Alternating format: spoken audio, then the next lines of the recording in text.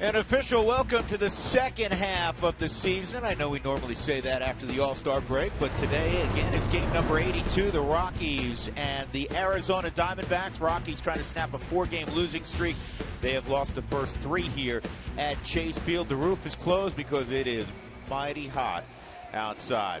Leading off for the Rockies, Charlie Blackmon.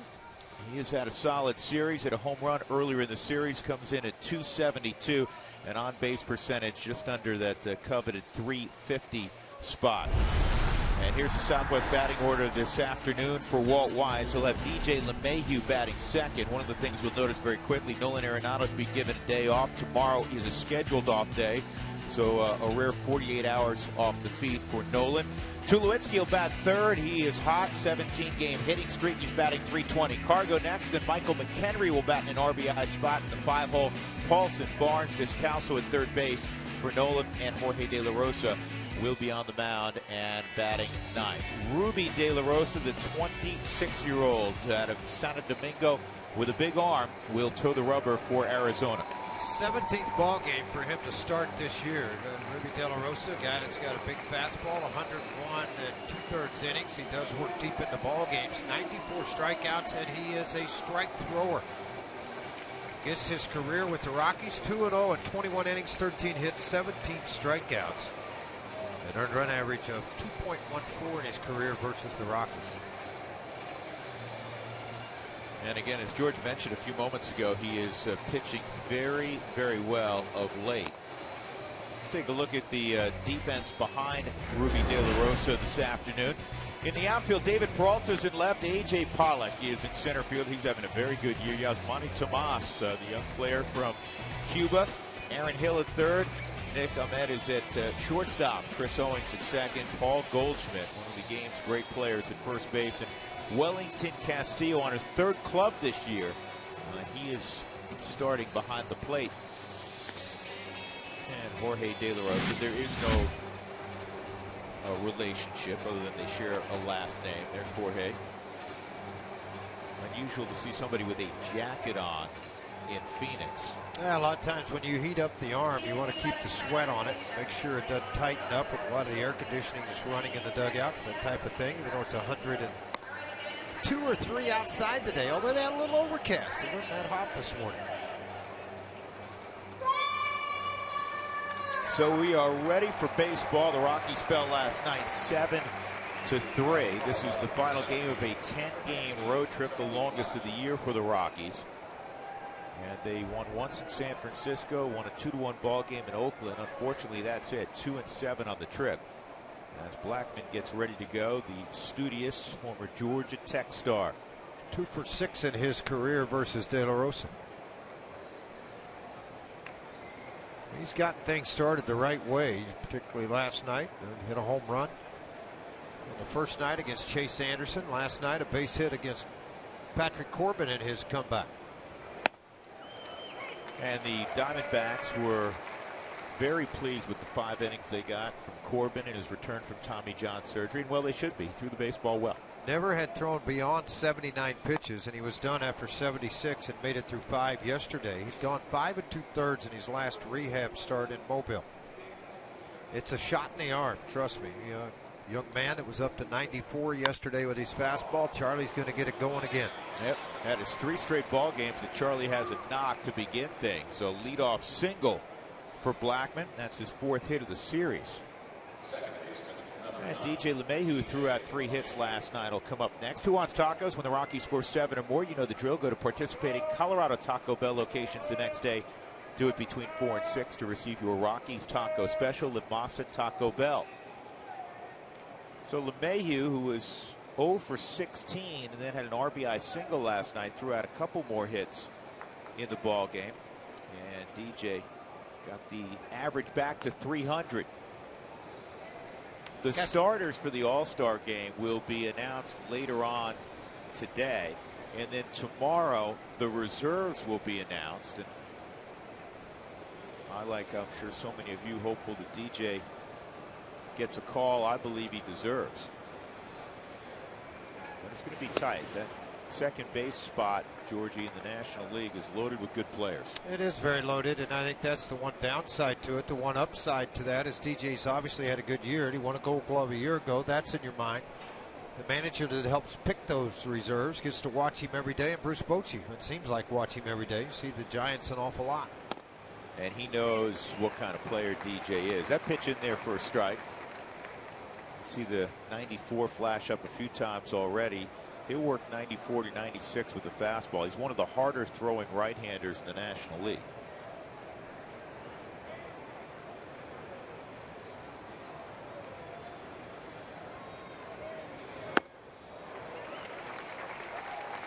Pretty nasty slider at 85.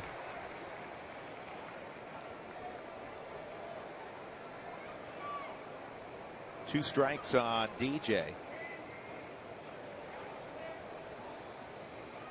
Just the second time he's ever faced Ruby De La Rosa. And that's back up the middle and on through. A two-strike base hit. Blackman cuts the bag. He's going to head to third. And the Rockies in business here in the top of the first inning. First and third. Really nice piece of hitting there by LeMahieu behind 0-2 against a guy, George, with nasty strikeout stuff. And he tried to amp up on a slider, and it just stayed flat and up in the zone, and DJ took advantage of that. And tried to put this ball out of the zone and down. You can see Castillo on one knee as that ball's coming in, not in the zone where he wanted it. DJ made him pay for it. Charlie did also as he advanced to third base.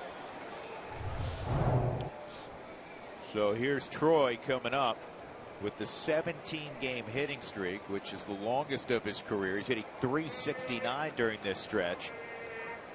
And he's also reached in 32 straight. That also the best of his career. High drive, deep left field. Take a good look. You won't see it for long. Oh, what a start for the Rockies. First pitch, Tulowitzki with his 9th bomb of the year. And quite honestly, the only thing missing of late from Troy's offensive resume has been the long ball. Well, it's not missing anymore. That ball was smoked in left center about 400 feet. And not on top of that, about 20 rows up. Tulo sat on it, waited for it, made him pay for it. He hung another slider right in the middle of the plate. And that ball was crushed by Tulowitzki. Knew it when it left the bat, so did everybody in attendance today, the 30+ thousand that are watching this ball game. And nobody out, 3 hits, 3 runs on the board. Boy, what a nice sight to see.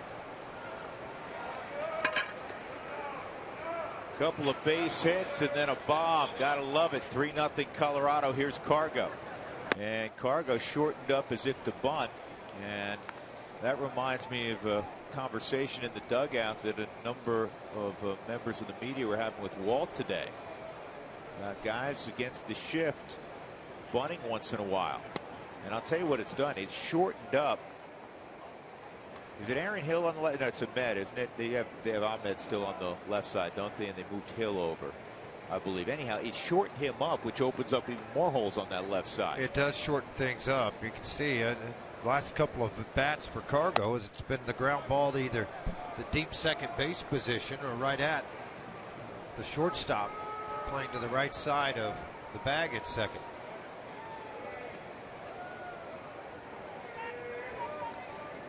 Here's a 3-0, and that's in there, a strike.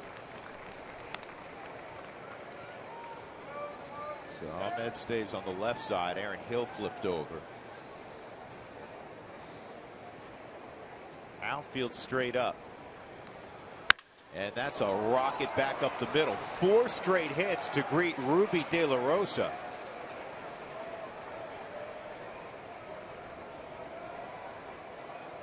And again, this is a guy that had been pitching exceptionally well. 2-0 with a 130 over his last 4 starts. Pitched well against the Rockies in the other De La Rosa matchup.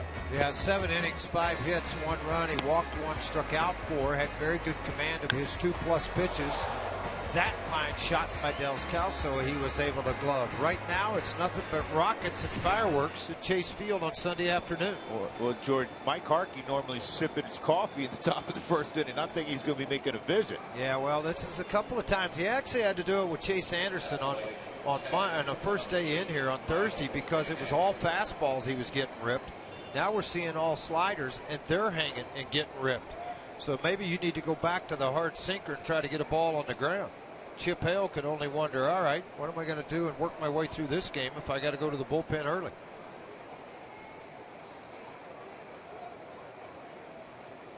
Mike McHenry at the plate. And De La Rosa, Ruby De La Rosa, has a pretty significant leg kick. Cargo has not looked to run much this year. Rockies have lost 4 in a row. They got a 3-0 jump. You have a great base stealer who's whispering in your ear, and first base coach Eric Young. See if he takes a shot. And that's an opposite field base hit. 5 straight knocks to begin the ball game. I'm hard pressed to remember the last time the Rockies had 4 hits in a row, much less 5 now. He kind of has the attitude, it looks like, out of that dugout and in the batting order, enough's enough. Let's go take care of business and get a cushion for our starting pitcher. Now, you may see some movement down in their bullpen. I mean, Chip Hale, this club has battled to get its record back close to 500 and be respectable of what they're trying to do. And you know, you can't sit there and let a game get totally away from you in that respect at 40 and 41. And their bullpen is busy. Here's Ben Paulson outside. You know, it's funny, George, and you pitched a long time in the big leagues, and I know you were a reliever. And I think sometimes pitchers outsmart themselves. What's wrong with 94, 95 with movement? Well, that's the downside to it.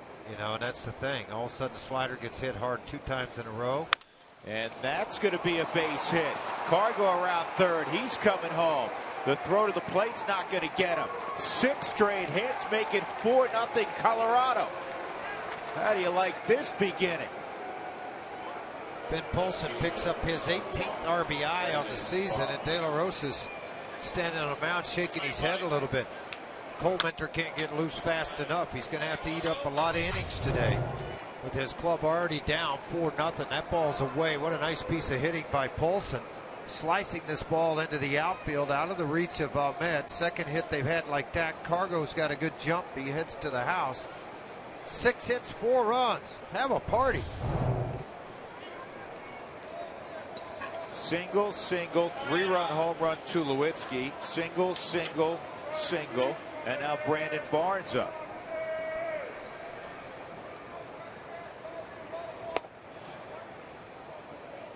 .98, a little anger in that sinker. You think? You get a hit and you get a hit. Everyone gets a hit. That's absolutely right, Diane. They love the hits.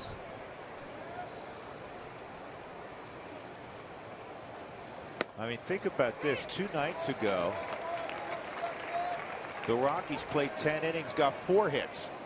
In 10 innings, 2 came in the first inning. They went another 9 with 2 knocks. They have 6 hits here, and there's nobody out in the first.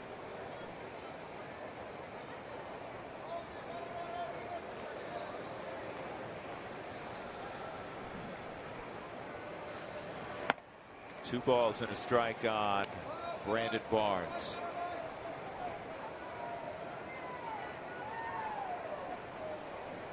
Yeah, the hard thing for Cole Mentor being the long guy, it's one of those deals where you just kind of look and go, all right, how many times am I going to have to get up today? Is he going to be able to get out of this inning and shut the door at 4-0 for a while?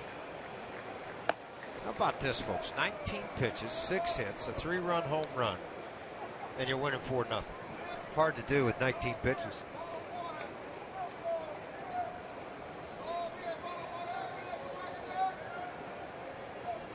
Barnes patiently waiting. It's a 2-1 count. And that's back at De La Rosa, and that's a lollipop throw. He still gets a double play on it. He threw a butterfly to second. To an Ethos pitch to second.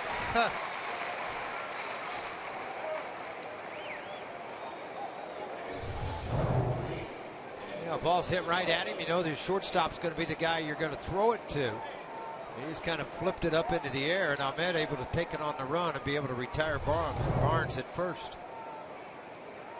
Daniel Descalso playing third base this afternoon for Nolan Arenado, just giving Nolan a day off. See if he can pick off a 2-out RBI with McHenry at third.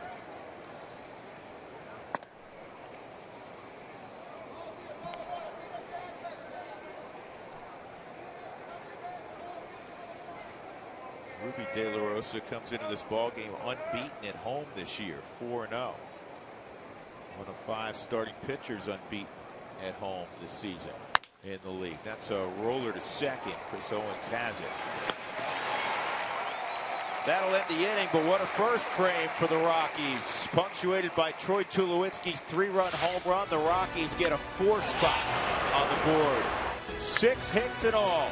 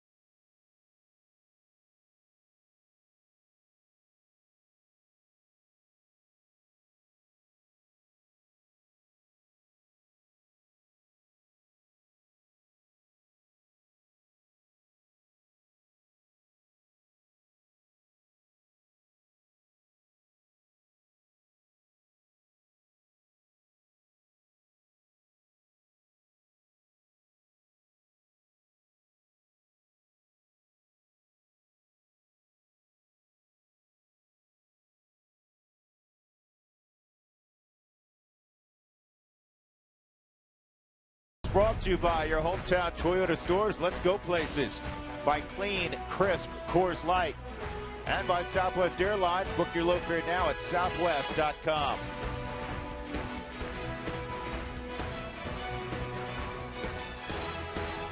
The desert of Phoenix, Arizona. Rockies with a 4 spot in the first. Gotta love it. And now Jorge De La Rosa will get ready to go against an Arizona lineup that will have Nick Ahmed at the top of it.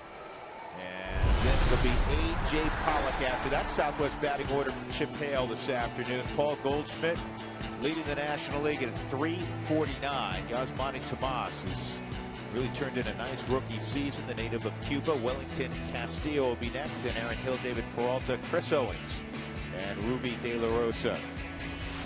Now, Jorge De La Rosa coming off a performance in Oakland, George, and saw him throw 7 shutout innings. He was in a situation there where he was trying to put a stop to a little losing streak. Same situation today. 7 innings, 4 hits, 4 walks, 4 strikeouts. He threw 104 pitches against the Oakland Athletics. He gets his 13th start of the year for Jorge. And that's exactly right. He is in a position to slam the door and stop some of this nonsense that's been going on with the ball club. And try to wrap up a win here as the Rockies head home. Well, that's what we were talking about earlier. It's amazing the success that Jorge's had in his big league career, particularly in a Rockies uniform. And he's never won a ball game at Chase Field. And George talked about this in our open, that at Coors Field he has dominated the Diamondbacks. And yet out here in his adopted hometown now, if you will, is where he makes his offseason home, he has not won. So hopefully he turns that around this afternoon. 4-0 start, so he's nice. 1-1 the count on Nick Ahmed. Right-handed bats have struggled against Jorge this year, hitting just .234. A large part of that is that good split finger that he has. I got to ask you something, George. For a starter, not a reliever. I mean, Bruce Sutter got to the Hall of Fame throwing that splitty. Have you ever seen a guy, Mike Scott threw it a lot, you ever seen a guy whose #1 pitch truly, at least in usage, is a split finger and not a fastball? Yeah, I think part of that is because he's had so much success and less command of the fastball. He has confidence in the split finger. Drew talked about left-handers this year against De La Rosa. 308 right-handers, just 234.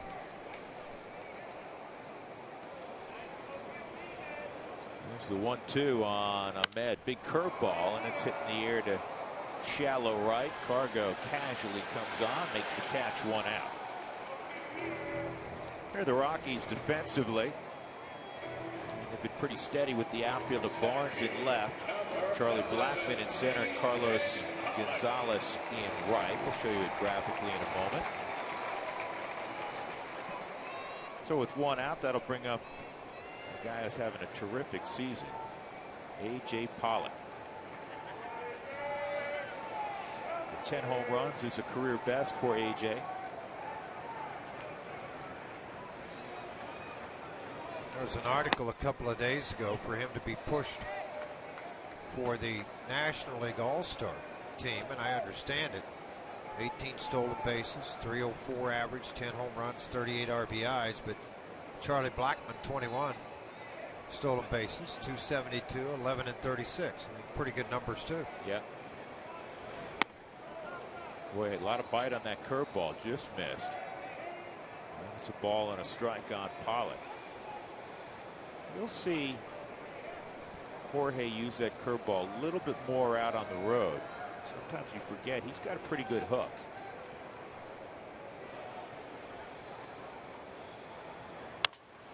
And a high fly ball to shallow center. In fact, DJ's going to go out, make the play. 2 gone.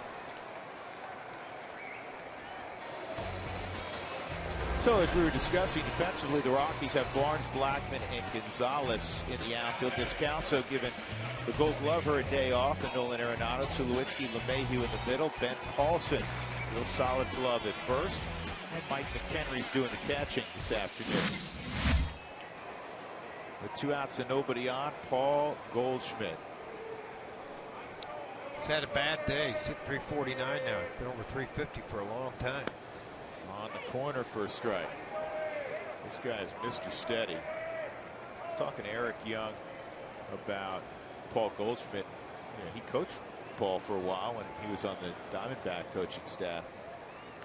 And he was just raving, George, about his preparation and how consistent his demeanor is, consistent in everything he does. And you couple that work ethic with obviously immense talent, and you get one of the top, for me, 5 players in the game. Right. This morning, to give you an example of that work ethic you're talking about, at 9:15 when I walked into the park today, it was about 9:35. He was taking ground balls from Chip Hale, working on his flips to first, backhands over towards second base, and his overhand throws.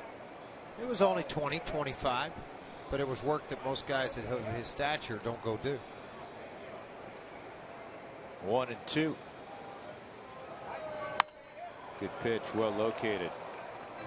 Today's fun fact brought to you by All Copy. Well, on June 23rd, Chase Headley of the Yankees now became the first player born in Colorado, native of Colorado, to hit 100 home runs. Paul Goldschmidt, earlier this year, became the first player born in Delaware with 100 home runs. So now it's just Alaska, Maine, and New Hampshire, the only states that have yet to produce a 100 home run big leaguer. Down low. So, George, go back in your playing career. Did you play with anybody that you knew of that was from Maine, New Hampshire, or Alaska? No. Who's the most prominent player? Dougie's not with us today. But who's the most prominent player to come out of Alaska? Can I count all the guys that played at Summer Ball? Well, what is it, the Gold Panthers? Well, you had Fairbanks was in Anchorage were the 2 big places. There's the punch out. Boy, have a shutdown inning after your club put 4 on the board. How nice is that? And that was career strikeout number 1,000 for Jorge De La Rosa. Nice beginning for the Rockies.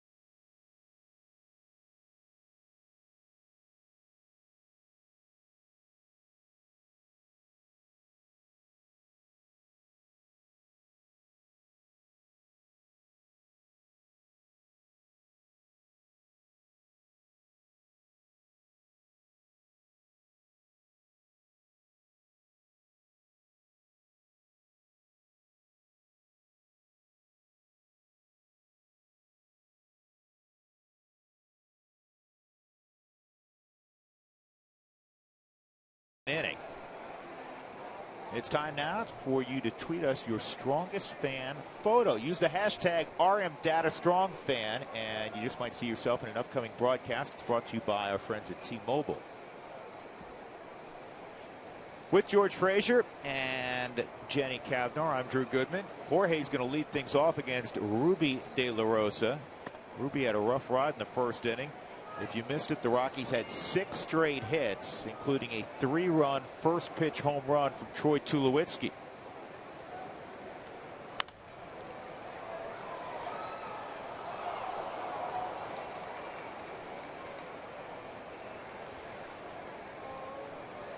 And this from Judy. Congratulations to Jorge De La Rosa on his 1,000th career strikeout. More than 800 have come in a Rockies uniform.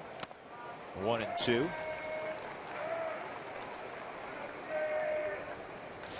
Little keepsake also for Jorge, and it was already. There's Mike Ponarelli, Tiny, as he is affectionately known. It was already authenticated. Those guys sit in the dugout. They've got one at Coors Field that sits right next to the bat rack at Coors. So when things happen immediately, they take care of business. Sometimes when there's a lot of things, they'll stop by the office afterwards and get caught up on a few things. How many baseballs do you have? Keepsake baseballs from your career? Do you know? Of mine, I mean, yeah, like first win, first save. I've got those. First hit, that kind of thing. Do you have many or World Series balls, stuff like that on teams that I played on. Well, I mean, overall autograph, because when I first started playing in the big leagues, Hank Aaron was still in uniform. Willie Mays was around. McCovey, I got all those guys. Bob Gibson, Drysdale, Koufax. Those are balls that I wanted for myself personally, and still have them. Prized balls, probably DiMaggio, Mantle, Maris, and Don Larson, all on one ball. Old Timers game. Did you get those when we were in New York a couple years ago? No, I got those actually because a lot of those guys have passed away. I got those back in 1983 at Old Timers game. But I did get a couple of dozen signed at the Old Timers game. 2-1 on Charlie. He had a base hit to start everything last inning. The 6 straight hits for the Rockies. Our buddy Jeff Hewson, a partner, just sent us a little text. The 6 hits to start a game, just the 3rd time ever that the Rockies started a game with 6 straight. Their high is 7 in a row against the Dodgers last September. First time the Rockies have done that out on the road, though, and this is a chopper to Goldschmidt. He retreats, fumbles, out still at first base. He stayed with it, got a fast man in Charlie Blackmon, 2 outs.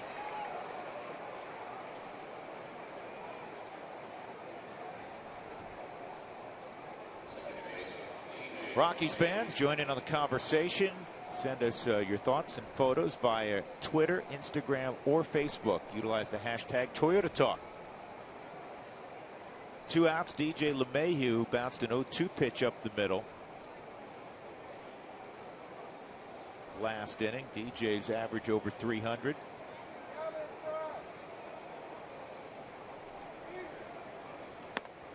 And that's on the corner for a strike.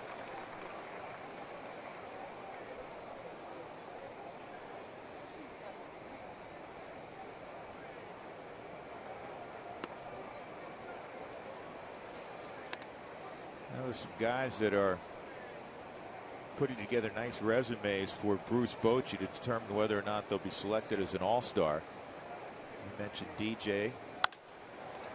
It's a no-brainer that Nolan will be an all-star. He's leading Major League Baseball with 68 RBIs, Gold Glove defense. I know he's had a rough series here in Arizona with the 3 errors, but still the best defensive third baseman in the game, in our opinion, and what he's done offensively. And then listen, the guy on deck is hitting over 320. 44 RBIs on top of that. So I mean, that's Troy's turned it up a notch or 2. Like only he can.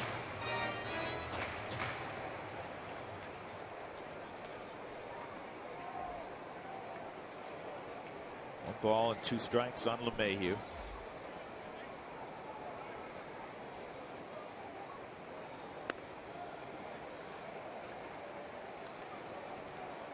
Well, Brandon Crawford finally having somewhat of an offensive season, though. 11 home runs. He was 48 RBIs. Yeah. Catching the baseball.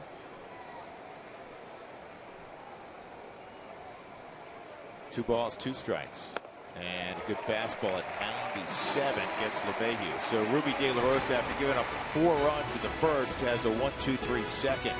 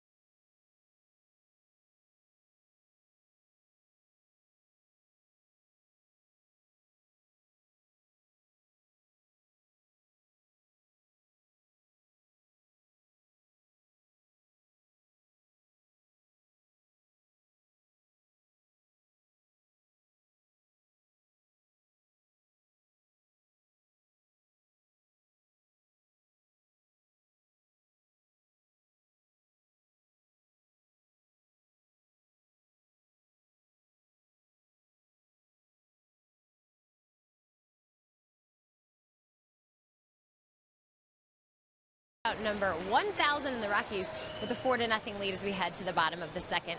Well, Jorge De La Rosa, he's been dealing with chronic blisters that he's had his entire career, and now he has a cut on that middle finger. It kept him from pitching deeper into the game against Arizona at Coors Field just last Wednesday, but he made it through 7 in Oakland. And for Jorge De La Rosa, it's a lot about his side sessions, but it's also about rest. And according to pitching coach Steve Foster, rest is sometimes what you have to do. I think starting pitchers in general at times have to make adjustments.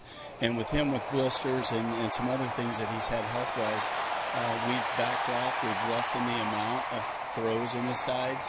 And we've discussed also the fact of skipping some sides in the second half, so giving it more time. Well, Yasmani Tomas with a home run there, and we'll send it back to you guys with the fact that All-Star break is coming up, and that's going to be the best thing for Jorge De La Rosa to try and get 4 extra days rest and healing that finger. Yeah, that will be helpful. Yasmani Tomas almost landed one in the swimming pool. That's where a lot of his power comes, to the opposite field, his 5th home run. Elevated well above the belt line, a high fastball. And if it's not thrown in that 93, 96, he catches up to that ball very well. He did it a couple of times in this series. So it's 4-1. Wellington Castillo takes down and in, ball 1. Good offensive teams do one of two things. When you jump out 4-0, you keep piling it on. The other thing, when you're down 4-0, you recognize you've got 8 innings to try to win a ball game. You don't try to go get all 4 back at one time. 2-0 on Castillo, who's been a member of the Diamondbacks for a little more than a month now. Started the year with the Cubs. Been with the Cubs for a couple of years, and then he was briefly with the Mariners. He was sent there, and well, he didn't really get sent there. He got an airline ticket. Pretty much. They had to reroute, so to speak. Yeah, he was there May 19th to June 2nd. Yeah, not very long. Got the uni, though. He could frame it when his career is over. Yeah, I play for the Mariners. That's a 4-pitch walk. Well, it's been a boost to these guys. 255. He's hit some home runs, driven in some runs. Soft Lamakia, the struggles he had at Miami continued with him here in Arizona. They activated Oscar Hernandez, a right-handed hitting catcher that has not played above low A. Rule 5 pick by the Diamondbacks last winter. He's got to stay on the Major League roster 90 days now until they have the opportunity they could option him down. So Aaron Hill comes up. 224 average for Hill. See if De La can get a ground ball here. Rockies up 4-1. And that's in the strike zone. Hill one start in the series, 1 for 4. He did double in a couple of runs. Remember back in 2012, he had 2 cycles within a few days, wasn't it? Yeah, when it all, this same guy that hit a few home runs too. This ball's driven deep to center. Charlie will get there shy of the warning track. So that's the first out of the inning. That'll bring up David Peralta.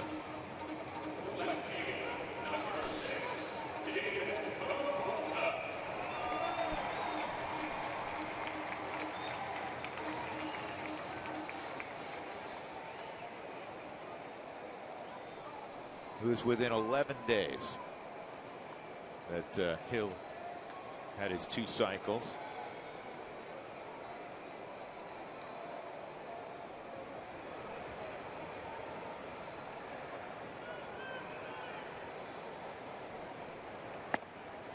And Peralta takes a fastball at 90.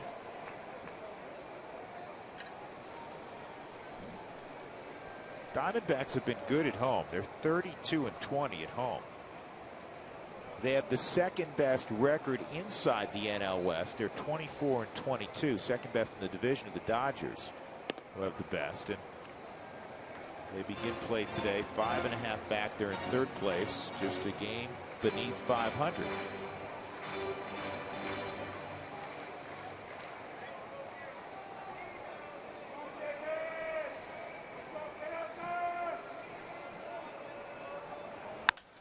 Peralta lines this ball to deep left center field, and it's going to short hop the wall.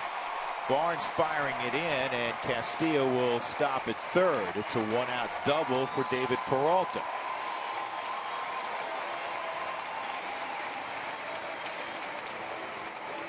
The lefties have been problematic at times this year for Jorge. Again, hitting .308 coming in. And Peralta has started to swing the bat well against left-handers of late. Nearly 500 average. This slider down and away, it shows the strength Peralta has with that one-hand swing out over the head of Brandon just at the base of the wall. 390 feet. They're 2nd and 3rd now. And a struggling Chris Owens. 241 average, 2 home runs, 19 RBIs at the plate. A huge long article on Saturday about Owens and Chip Hale and General Manager Dave Stewart, Tony La Russa, all giving him support in an effort to keep the job. This guy was drafted high. They want him to be part of their nucleus, along with Goldschmidt, Pollock, going forward, of position players. The Diamondbacks squeezed once last night and bunted numerous times in that big inning. Well, 3 in a row last night at one point.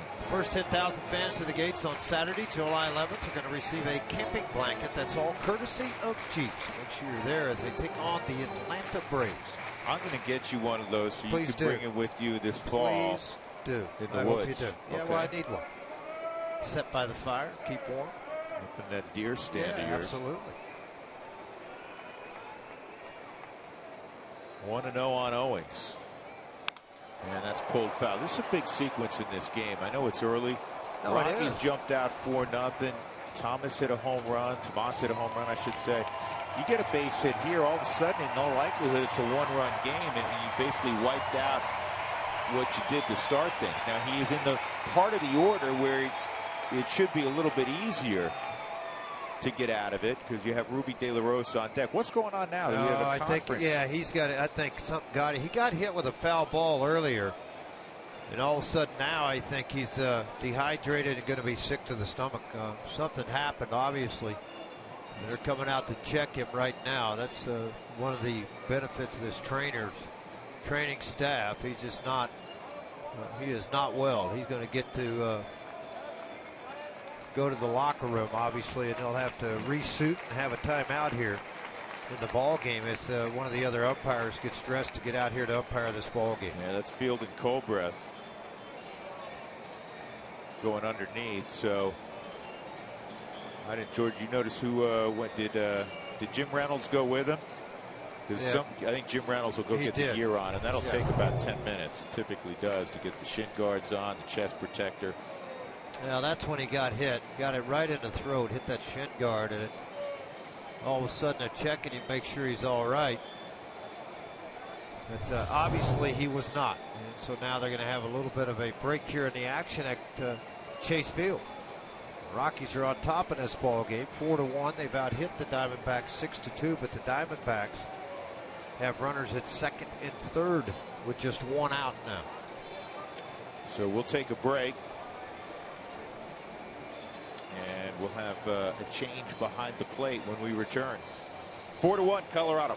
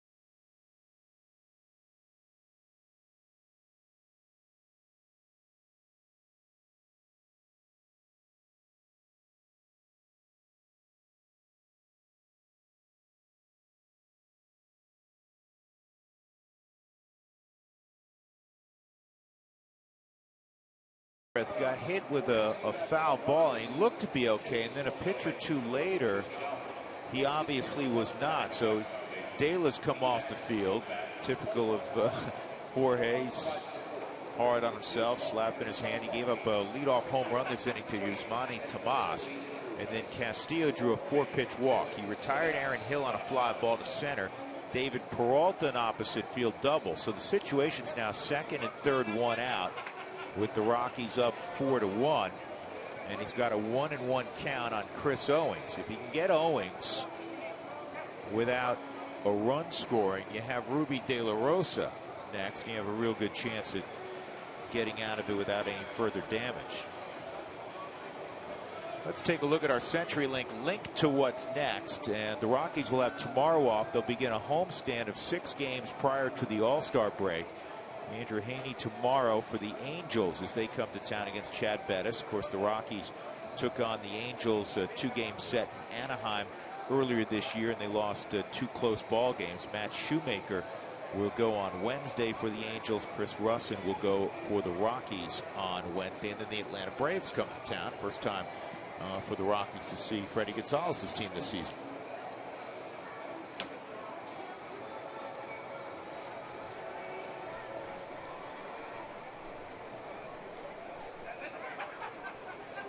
They are a very good ball club too. Freddie, they traded away an awful lot of their people, and they played good baseball. So we'll see what transpires out of that. Andrew Haney, a #1 draft pick of the Miami Ball Club out of Oklahoma State University. You'll see him on Tuesday. That's a tough situation for a starting pitcher. Normally you play a little catch or do something, but obviously they're going to probably give him 5, 6, 7, 8 pitches in order to get loose. And they have word as to when the umpire's coming out and how close he is. And now, evidently, he's been told that it's close enough that he's going to go walk to the mound. Mike McHenry's going to go back out there. I'm just counting bodies, and only 4 Rockies kind of stayed on the field. Everybody else got off their feet for a second. So we'll step aside one more time, and then when we come back, we should be ready to go again. Again, the Rockies leading 4-1. Umpire change behind the plate.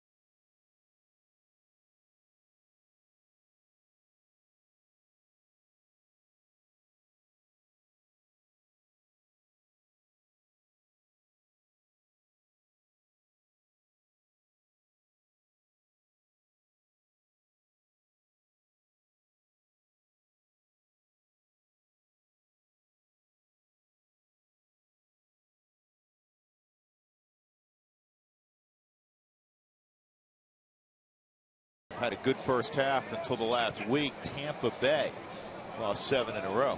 Well, St. Louis Cardinals, I heard last week, could go 500 the rest of the way and win 90 games. That's how well they played the first half. Despite a myriad of injuries to top players. Jim Reynolds is going to be the new home plate umpire. And they will run a 3-man crew here. And if you're wondering at home, obviously all these guys have worked 3-man crews. It's just been a while for a lot of them. They know the rotation. They know what they'll do here. So basically, Jim goes behind the plate. Manny Gonzalez is going to remain on the, looks like Manny's going to the left side, Paul Schreiber to the right side. No, we don't. Manny's going to the right side. Well, to go to the middle of the field because he's got to play for the pickoffs there. And they'll have the rotation when a ball's hit of where to go, what to do. Yeah, Paul Schreiber staying at third. And in the minor leagues, they do this all the time. Double A, there's 3. The Triple A, there's 4. So it's like the big leagues in Triple A now. They have the umpires there, but at the Double A level beyond, 3 and then 2 in rookie ball. 1-1, bouncer to third. Descalso will hold the runner, and he'll get Chris Owings. Now there's 2 outs, and you have Ruby De La Rosa coming up. Keep your focus, and you can get out of this with just the 1 run given up, and that would be the home run by Tomas. De La Rosa's got an average of 108, 4 for 37. He does have an RBI, but he struck out almost 50% of the time he is hit.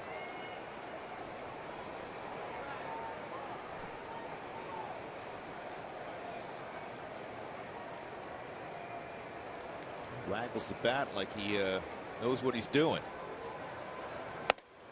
And that fastball a little bit too tall, 1-0. Looked like it had the edge of the forward strike zone.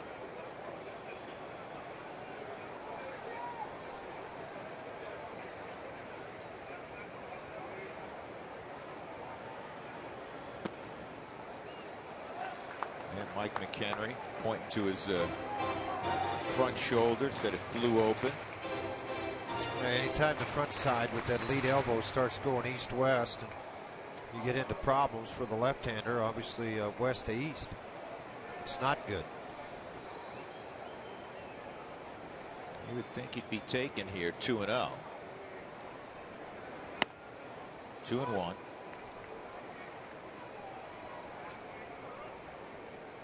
Yeah, when you give up 4 runs in the first, you turn it into an American League start. I'll give my club 6-7. If it rolls around, they got a pinch hit earlier because of the chance to win the ball game. They do that.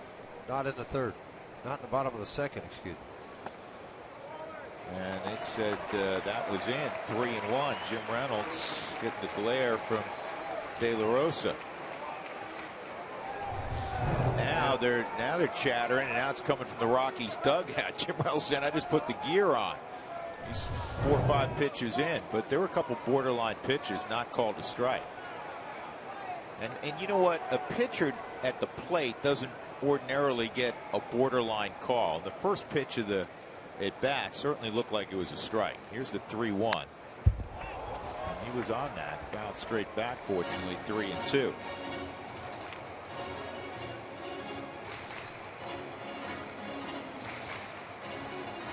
The other thing is you have an umpire probably with a little shorter fuse because they look at each other as a team. They had one of their teammates go down. It's not so much that. It's just the barking that goes on. But Jim Reynolds handled it right. He kept the mask on. Never took it off to Jorge. And this is on the ground to short. Tulo's got it. And a nice job by Jorge De La Rosa. And Jim Reynolds is walking over to talk to Walt Weiss and Jorge De La Rosa as we go to break. Let's just hang on 1 sec. All right, they're okay. So the Rockies lead it 4-1. Tomas a home run to get Arizona on the board.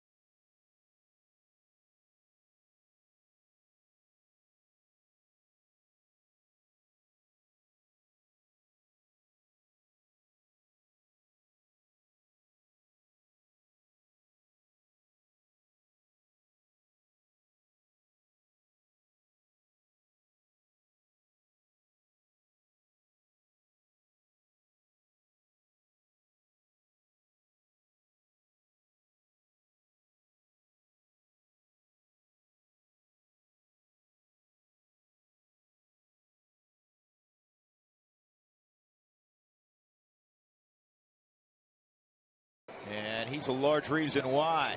Tulo's 3-run home run in the first inning. Coors Light Cold Hard Facts brought to you by Clean, Crisp Coors Light, the game's most refreshing beer.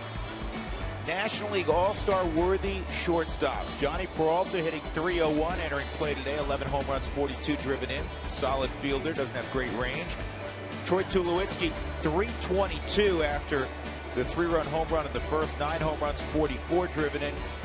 And then Brandon Crawford, who has improved dramatically offensively. Real good glove. He's got 11 home runs, 48 driven in. All three are worthy. But just remember one thing, the manager is the guy on the right's manager. He watches it every day defensively, and he's got more RBIs at the break than he's ever had in his career. So he's got to live with Brandon Crawford, and he's glad to do that, obviously. Vice versa. Exactly. I mean, you know, if it's a close race, who do I take? All right, well, this guy, that guy's been before. They're veteran guys. I'm going to give my kid a chance. So I think for Troy, it's going to come down to, honestly, because Peralta's leading in the vote to last we'd seen.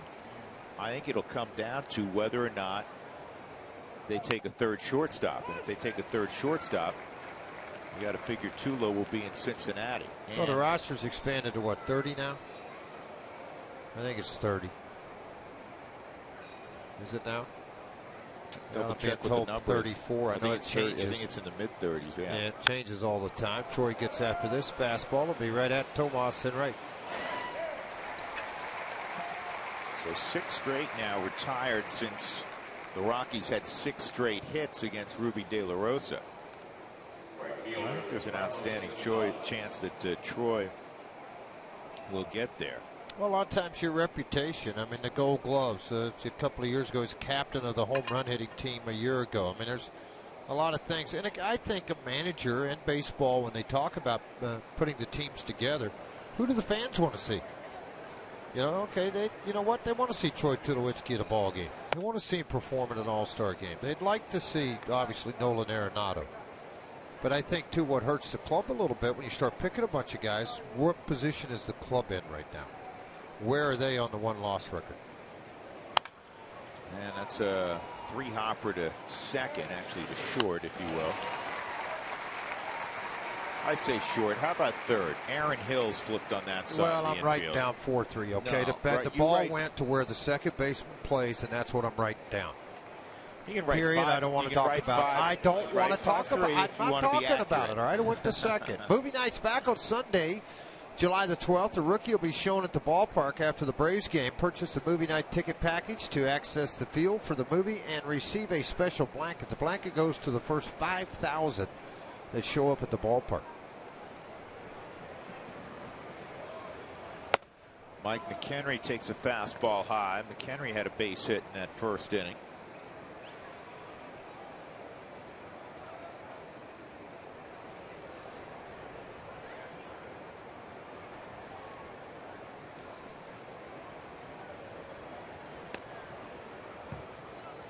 See, I want to know how you wrote that down if you wrote 5-3. I did write 5-3. So now you're going to think a ground ball to third and you look back in your book, see? No. Oh, yeah, I'm telling you. In the short term. Now, if I look back a month from now, you're right. I'm going to think he hit a ground ball to third. But in my memory, I can recall that it was into the shift. I'm not sure about that either now. Come on. This ball's in the air to right, and Tomas was shaded there. He makes the catch, and it's a quick inning for Ruby De La Rosa, who's now retired 8 in a row. Rockies up 4-1, middle of 3.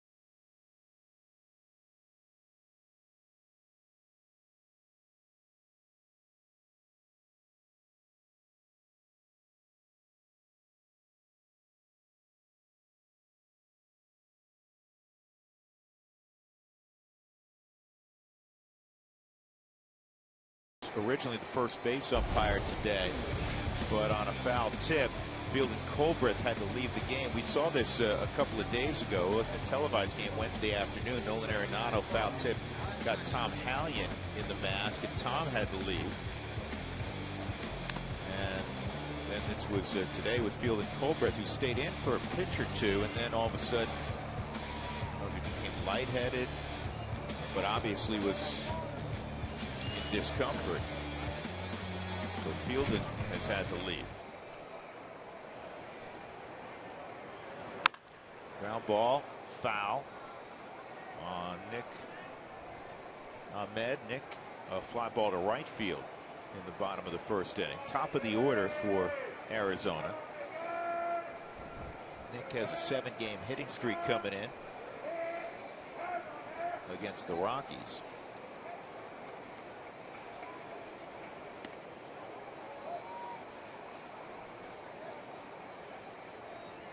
Hitting lefties this year really well. .345 average, which is 6th best in the National League.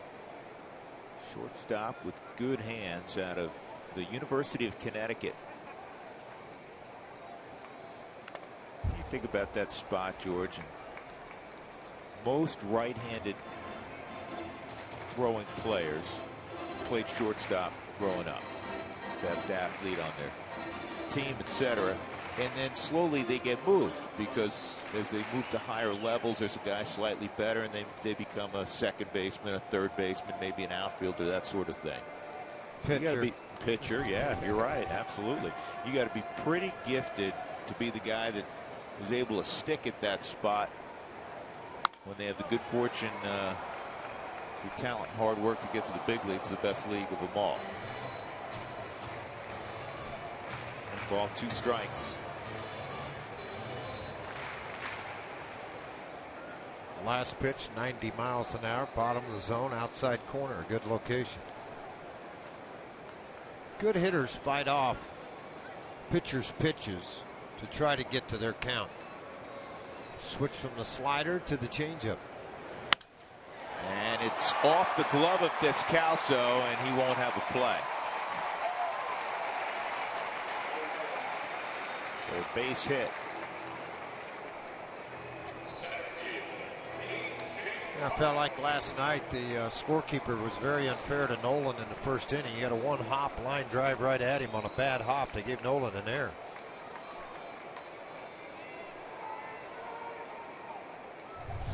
This line drive hit right at Descalso. He was right on the pitch. Changeup thrown by De La Rosa. It's a 2-step jump. Probably should have caught that, to be honest. I would too. Hit him right on the heel of the glove. Kind of skied a little high. Didn't realize he could jump that high. See, I would think it would be difficult on the infield with these new stadiums, that the seats on the field level are flush with the ball. So when a ball gets hit, leaving white shirts, leaving different colors coming right at you.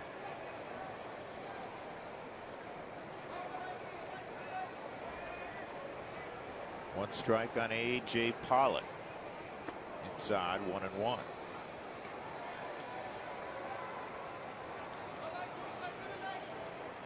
Pollock 4 for 11 with a home run in the series. 9 for his last 20 at the plate.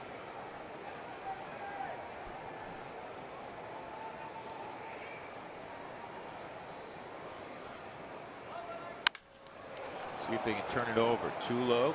DJ, low throw, picked at first, and out at first. The double play is turned 6-4-3. Nice pickup by Ben Paulson. The influence of Dave McKay as a first base coach has been tremendous as far as their base running. But then again, you look at Troy got flipped the other night. DJ's gotten flipped twice. Here's the second time. Their base runners coming in hard, and DJ able to put it on the money. And Ben Paulson finishes it, the natural first baseman, able to pull the ball out of the dirt. DJ saw the Diamondbacks coming again. You put that in your memory bank of the guys that come after you hard. Good double play. Good way to start the third. Goldschmidt struck out his first time. 2 outs, nobody on. And it cuts inside, ball one on Goldschmidt.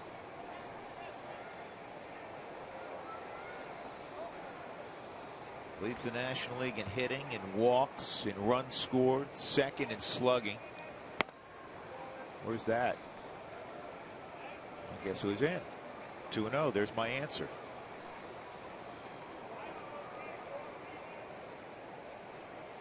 "20 home runs for Goldschmidt, tied for 5th in the National League." Change up at the top of the zone. It's 2-1.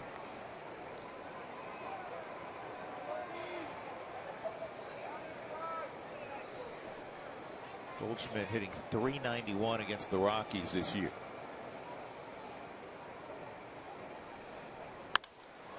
That's line to right, and that's foul. But overall, Arizona is hitting .336 against Rockies pitching this season. First time in a while that Goldschmidt, he did walk in the first last night. Then he hit a ground ball out in front. They threw him out. He struck out, a ground ball to third, and a ground ball back to the pitcher. That has not been the case against Colorado. You can see those big numbers, 336 in 2015.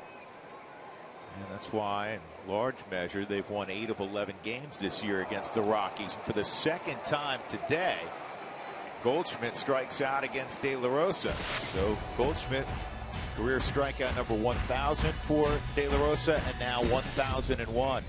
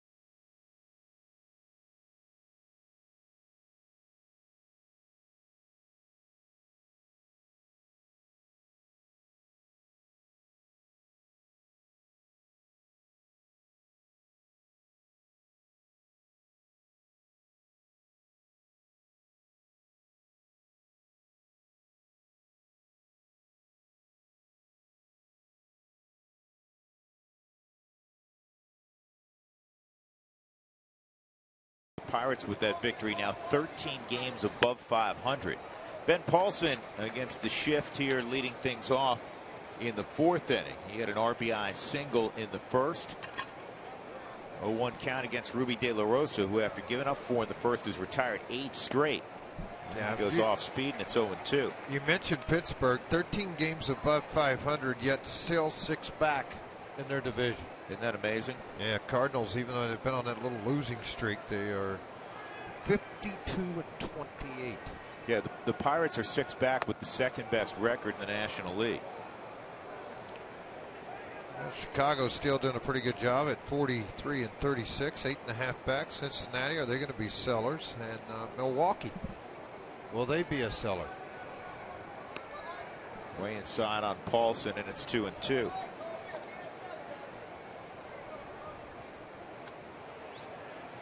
Tweet from the Rockies. Good luck to the United States women's soccer team taking on Japan in the World Cup final, and we second that. Fly ball shallow left. Going out is Nick Ahmed. He makes the catch, one gone. That's 9 in a row. With every challenge call, the Subaru Eyesight Review will determine the outcome. Love, it's what makes a Subaru a Subaru.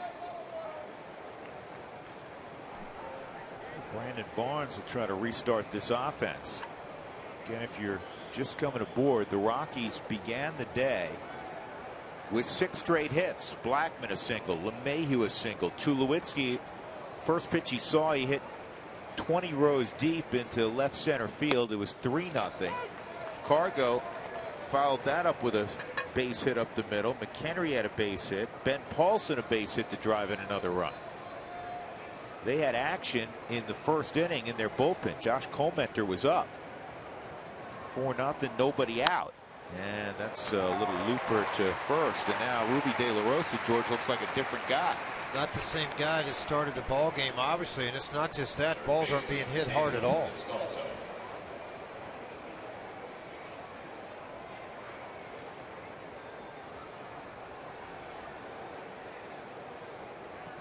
The pitches each inning have gone down. Even the first inning, you say, wait, they had 4 runs on 6 hits. There was no one out, and he only threw 22 pitches. I mean, it was bing bang. 19 pitches. I remember looking at the board. I think I mentioned it on air. He had 19 pitches, 4 runs, 6 hits. That big blow coming from Troy Tulowitzki when he hit his 9th home run of the year, and he drove in his 41, 42, 43, and 44th run of the year. Well, that'd be 4. That's 44. I didn't mean to say 41. You're in rare form. Today. 1 ball, 1 strike on Descalso.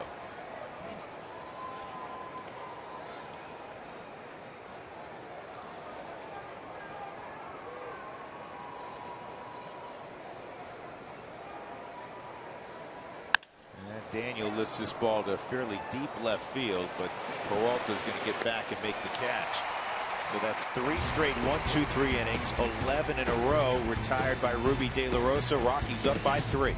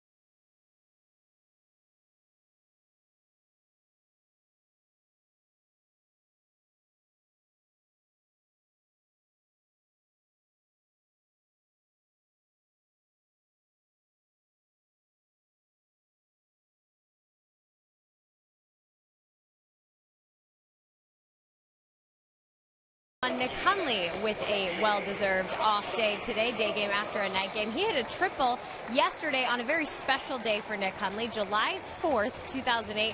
That's when he made his debut in Major League Baseball with the San Diego Padres right here at Chase Field against the Arizona Diamondbacks. And here is how he remembers that day. I was so nervous going into the first game, and then, the 4th of July, they had a guy who had been in Iraq, and had both his legs blown off, and he was in a wheelchair, and he threw out the first pitch, and I was walking in from the bullpen, and it was unbelievable to see what real sacrifice looks like, you know, and to realize that you're playing a baseball game, and you know, it's not life or death, and you're out there, and it's a job, and it's a tough job, but you know, it's nothing compared to what people are going through. I love that was Nick Hundley's first taste of the big leagues, and now 7 years later, he has grown and matured into the person he is today. And really, that answer was to a question I asked him: what would 2015 Nick Hundley say to 2008 Nick Hundley? And if he could only look back on that day, he said, I just tell myself to not be so nervous. It's just a game. And so it was great that he had that memory. And today here at Chase Field is Military Appreciation Day, just part of the festivities for 4th of July weekend. A very special day indeed, guys. Little perspective for all of us, and so eloquently put by Nick in that discussion you had with him. How about this catch? Daniel needed to get up as high as he did a moment ago as he robs Yasmani Tomas. All about timing and being able to get up and get to the baseball. The previous one had caught him on the heel of the glove. Wellington Castillo walked on 4 pitches, 1 out in the 4th inning. The only run for Arizona, the home run by Tomas in the 2nd inning. Rockies trying to avoid a 4-game sweep at the hands of the Diamondbacks.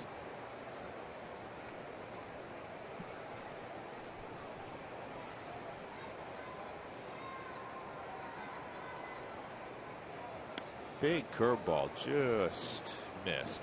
And that's okay that he missed with it, because it does put that thought back into the mind of every hitter that, okay, we don't see this curveball often from him. It's normally fastball, split finger slider. And now he's starting to show the curveball. One more pitch for them to think.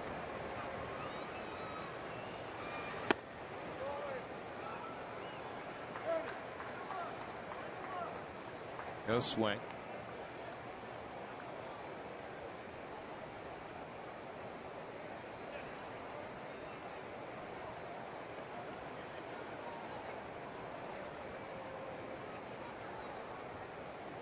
You automatically think that you are in a fastball count.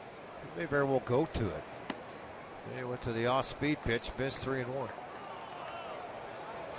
at 81 miles an hour. Castillo's finding humor in something. Yeah, I went around. Well, he did call it a strike. 2-2.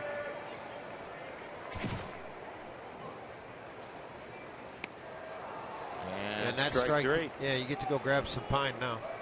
3rd strikeout of the ball game for Jorge, and that'll bring up Aaron Hill. Bye-bye. Go sit down.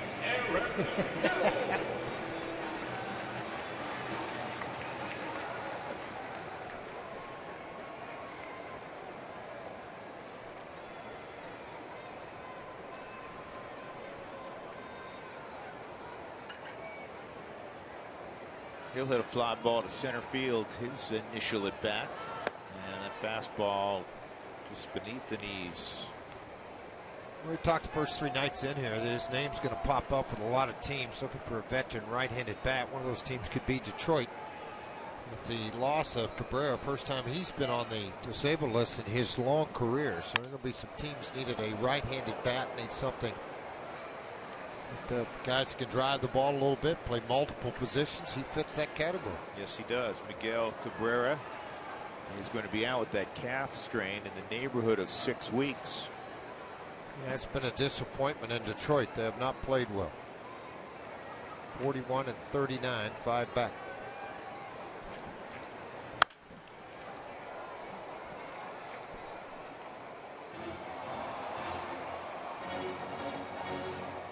Largest lead for a team in a division, the American League, Houston.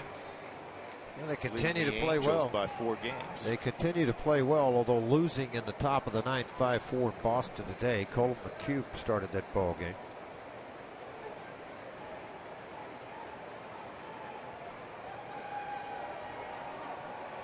I think the big loss for Houston, they're going to lose George Springer for a while with the fractured wrist. Did not have to do surgery, though, so they're hoping 4 to 6 weeks he'll be back. 1-2 on Aaron Hill. See if he gets a splitter here. Nope. Got a slider, it looked like, or cutter. Well, that's it. That can also be that split finger too, because Jorge will throw it anywhere and it has a slider type spin to it. And that's what he's had the ability to strike out Goldschmidt twice with. And he went here to go get Aaron Hill and just overamped it inside corner.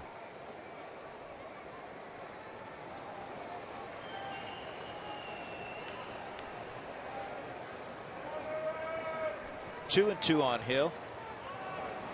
And he got him with a changeup. Beautiful pitch. Aaron Hill goes down. And it's a 1-2-3 fourth inning for Jorge De La Rosa as he looks at that finger that's been so problematic. Rockies leading 4-1 as we go to the fifth.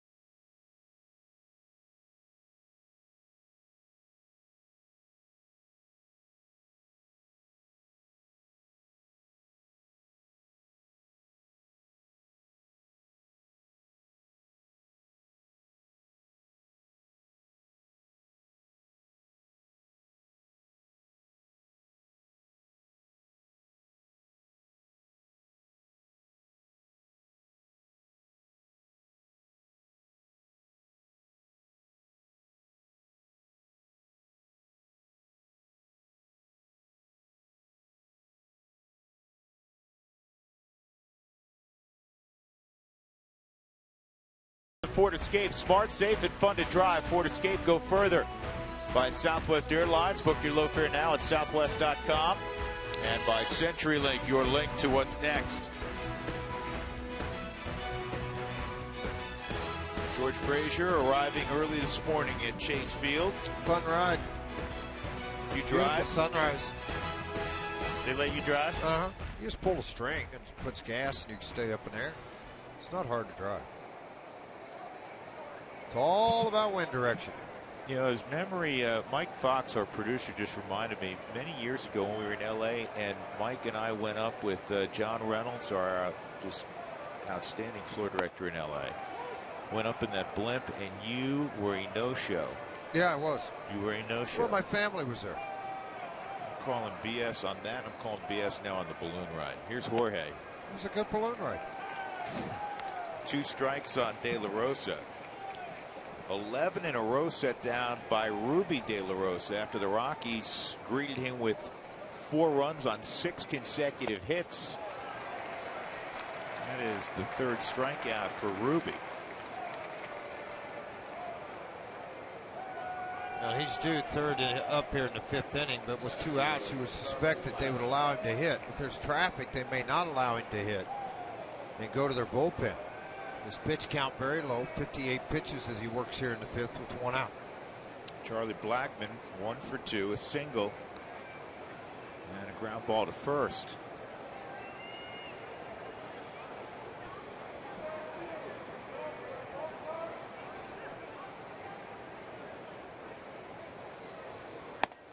Pitch in there for a strike at 93.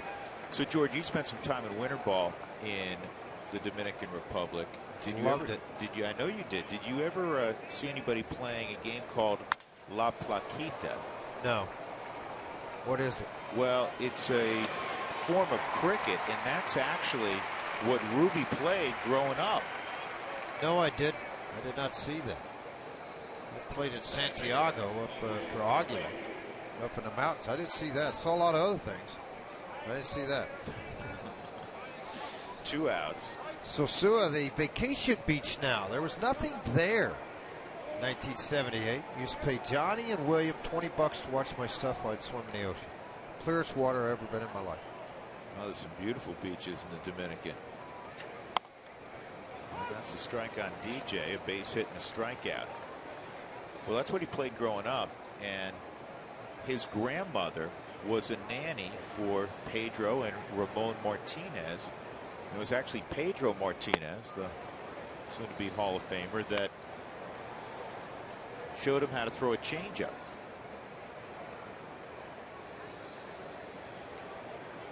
There's so many great pitchers and players that have come out of there.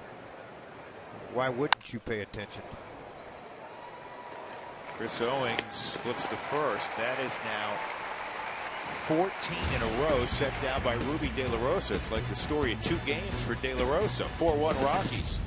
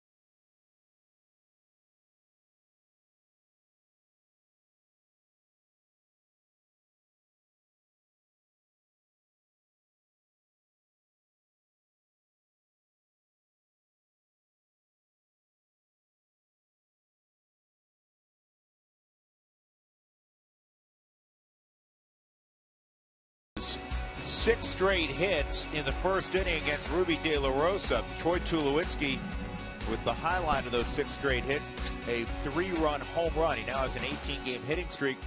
Jorge De La Rosa has pitched very well. The only blemish, a home run by Yasmani Tomas. He's moved past 1,000 career strikeouts. The Rockies do not have a hit, however, since the first inning. As we go to the bottom of the 5th inning with George Frazier and Jenny Cavnar, I'm Drew Goodman. David Peralta will lead things off. 7, 8, 9 for the Diamondbacks in the 5th. He had a double to the opposite field in the 2nd inning off the base of the wall in left center field.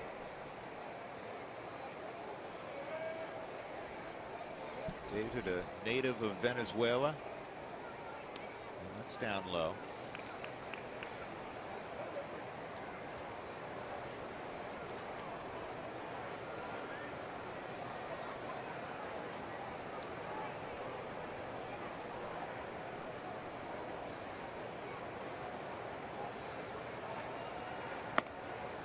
Inside 2-1.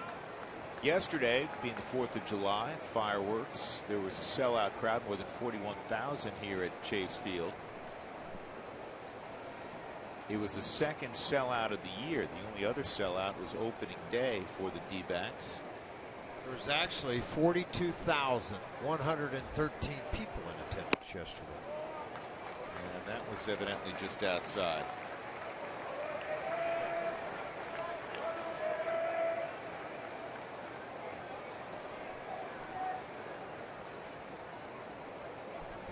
The Rockies have their annual fireworks shows coming up this week. It's one of the best in all of baseball. Yes, it is. 3-2. It's like 3 or 4 years in a row now. Hadn't been around on the 4th at home. They haven't been around.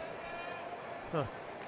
Most years, though, been lucky, been there. out that the Rockies are home right around the 4th. Now, Friday, July 10th, they will have fireworks for you. Strike 3 on the inside corner at the top of the zone. David Peralta didn't think it was a strike. Forward strike zone indicates it was there. Now Jim Reynolds will hear a little bit from the Diamondbacks side of things. That's 3 straight strikeouts for Dela. I mean, I can understand why he would think that ball was high because of the break when it crossed his area of the hitting zone. It was above his hands, and then it had a late breakdown, and it was a high strike. It was inside the box. Jim Reynolds like, what do you want to say? Yeah, he's not in a good mood right now. Off the plate on Chris Owings. Chris a bouncer to third with 2 in scoring position. I thought that was the biggest out of the game. Yes, Rockies were up 4-1. Still are up 4-1. Second and third, 1 out. Owings is at the plate, George. It's a 1-1 count. And that's when Field and Colbreth had to go off, and Jim Reynolds had to go inside, get the equipment on. It was a delay of probably close to 15 minutes. He comes out, and if Owens throws a base hit out there, all the good things that happened in the first are pretty much gone. It's a 4-3 game in all likelihood. Yeah, and he made the pitch to get out of the inning. He repeated right after that, got the fly ball, and was able to shut things down. 2 balls and a strike.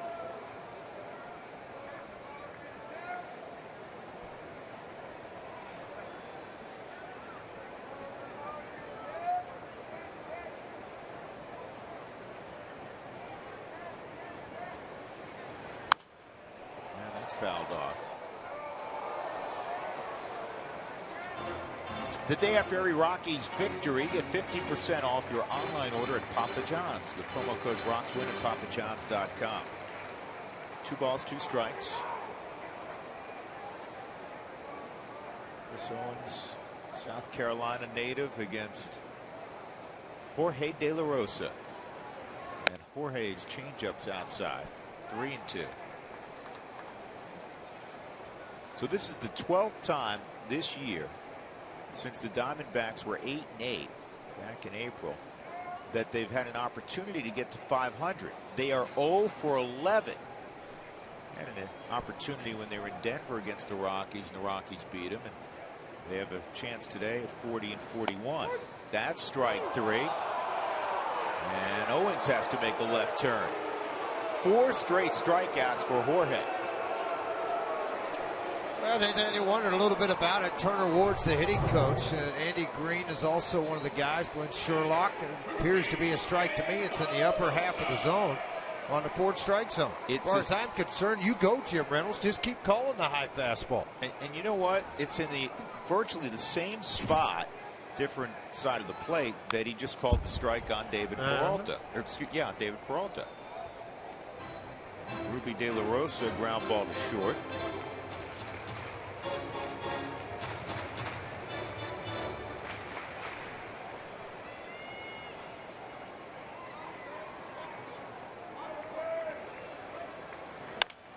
This is top toward third. Descalso on the move, and it's a very strong inning for Jorge De La Rosa, who has retired 8 in a row. We'll go to the 6th. The Rockies leading 4-1. Tulo will begin things when we return.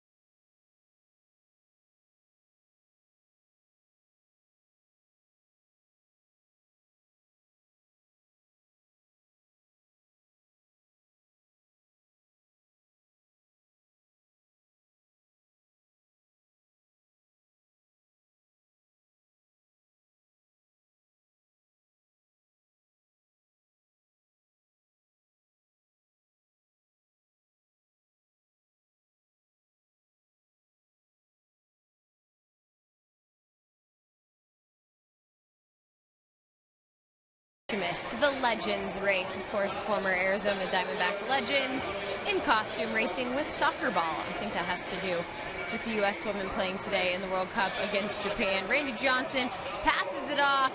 Luis Gonzalez is going to take it and just run away with it all the way to the finish line.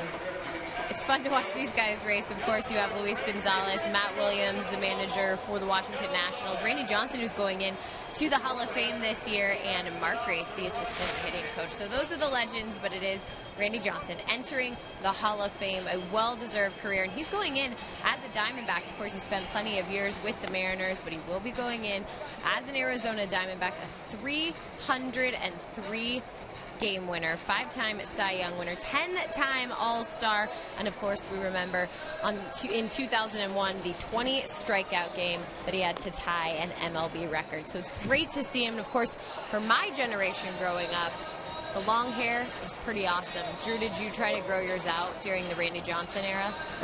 No. And Jenny, George has always had good hair, so I'm just wondering if Jenny, you tried. I understand where you were going with that, and at the time I could have. That's what I'm saying. I chose not to. Oh, you chose not to? Yes. Okay, we'll just call that a choice. I chose not to. I have a feeling that other things hindered it, but that's fine. No, it's a choice. Not then. Not then.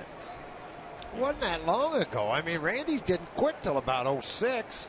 Here's Troy leading. Holy cow, you guys are acting like Drew's like 85 years old.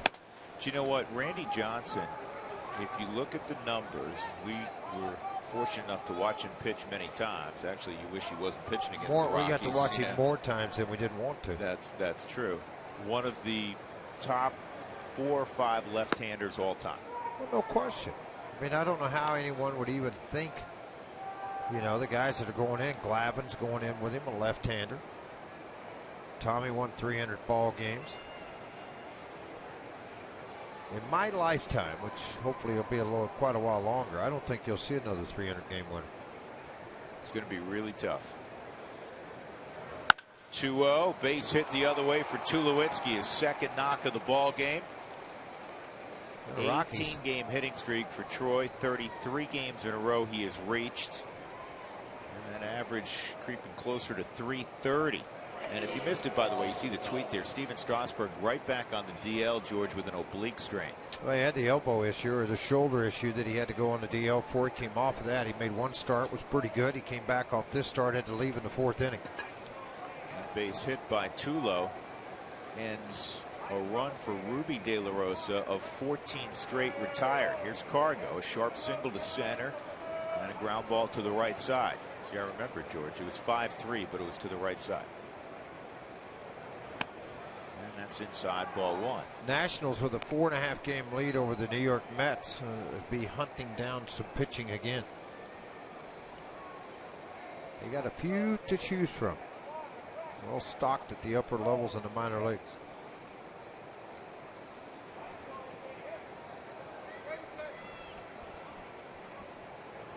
This ball driven with authority deep left field, way back and gone. Opposite field, 2-run home run, Cargo. And the Rockies extend their lead to 6-1. It's the second time this year we've seen him go oppo. That was a thing to behold right there. That was a vintage Carlos Gonzalez opposite field shot. And it'll get the scouts busy writing whether you want to check whether he still has the strength to go opposite field. He does, folks, and he got it out of here very quickly in a ballpark that it normally doesn't carry into left center field if you're a left-handed hitter. Ruby De La Rosa could only watch. He thought he had a fly ball to left. Cargo, I think I got me one that I get to jog around the base paths as this ball carried over the head of David Peralta and about 4 rows up into the seats. 6-1 Colorado. Cargo had most of the night off last night. He pinch hit very late. 2 for 3 ball game. And that was big because the Rockies had done nothing since the 1st inning. You start worrying, let Arizona creep back in this thing. So Tulo leads it off with a single, and his buddy Cargo goes deep, and now the Rockies have a 5-run lead in the 6th. July 5th. It's been a while. June 18th, the last time Cargo hit a home run. That was against Houston. was the last home run he'd hit. Good to see for Carlos. Yeah, 11 home runs now, tying Charlie Blackmon for second on the club to Nolan Arenado, and 2 more ribbies. He's at 30.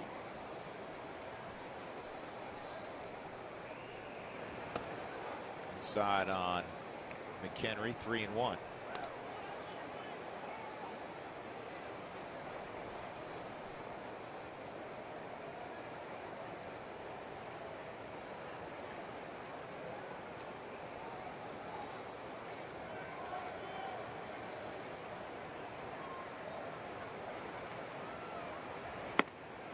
And a walk to McHenry.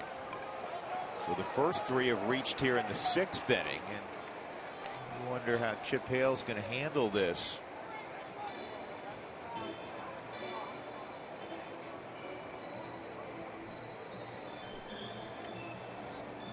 Catcher Castillo going out. Chafin, the left-hander who pitched and picked up the win, his 5th of the season the other day, is down warming up in their bullpen now. Did you have any notable conversations that you can recall, George, when you were on the mound and you knew the catcher came out because the manager just was trying to stall and get a couple extra bullets for the guy who was going to replace you? Yeah, but I mean, you know, what do you do? Chip Hale's, is he ready? Yeah, okay, I'm going to the bullpen. Well, you're going to go ahead and make that. But yeah, I mean, those conversations that came out, you know what? Hey, you were great. Messed up in the first. You did great before. Not so good here in the 6th. You know, you just have a conversation. Kill time with it. You know, you forget about it. You realize that obviously got good stuff. He didn't get crushed till the 2 separate innings with 5 pretty good in between. Well, I'm glad to see the Rockies swing the bat like that. Put up 6 on the board. Absolutely. And De La Rosa trying to get his 2nd win out of 8 here in this ballpark. He had dominated the Diamondbacks in Denver. Today he has dominated them in the desert. Yep, so Ruby De La Rosa, who has been so good of late for Arizona, gets roughed up by the Rockies in the 1st and the 6th inning. He was, as you said, George, really good from the 2nd to the 5th. 6-1 Colorado. Back to the desert in a moment.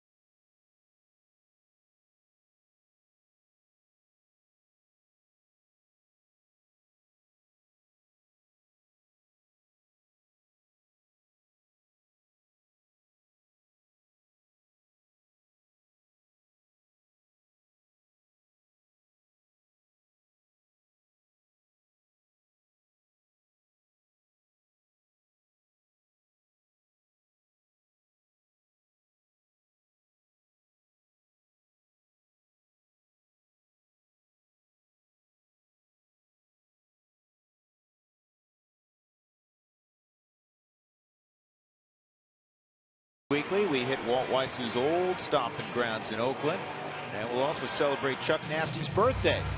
Well, 4th of July celebration with the flag people at Coors Field as well.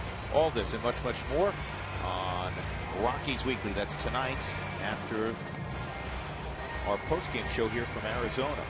By the way, it's Oliver Perez who's come into the ball game to face Ben Paulson, Brandon Barnes, and Daniel Del Scalzo. Normally works a 1 inning at the most, sometimes 2, but most of the time just 1 inning was what Perez will show up for. A little unusual to see him here this early in the game. Typically it's in the 8th and 9th when his ball club's on the plus side. He hadn't worked the first 3 games. You'll see all kinds of different moves from Perez to the plate, to his deception. Reinvented himself in his career as a as a relief pitcher. He is tough on lefties, as you would think with that delivery. Ben fouls this off. 1-1 on Paulson.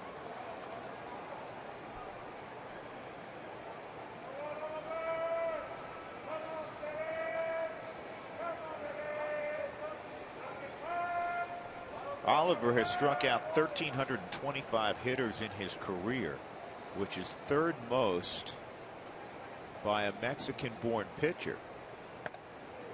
Jorge De La Rosa over 1,000 now with his work this afternoon. Another native of Mexico. Number 1 is Fernando Valenzuela, not surprisingly. Esteban Loaiza, number 2 on that list of Mexican-born pitchers on the strikeout list. 2-2.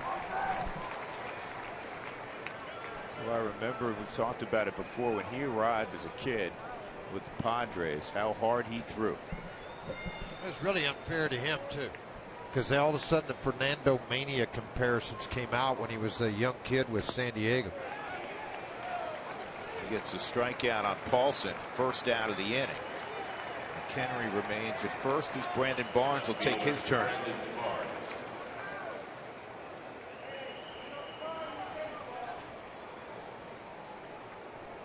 Cargo a 2-run home run earlier, and it got Mark Stout typing away. 19 of his 146 career home runs against the team that originally signed him out of Maracaibo in Venezuela.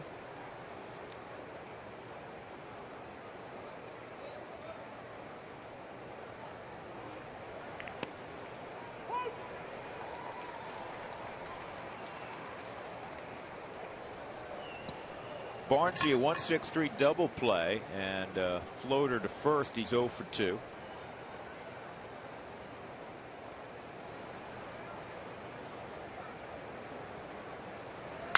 And that's going to drop. Broken bat single. And McHenry puts on the brakes at second. 2 on. And still just 1 out as Descalso will come up.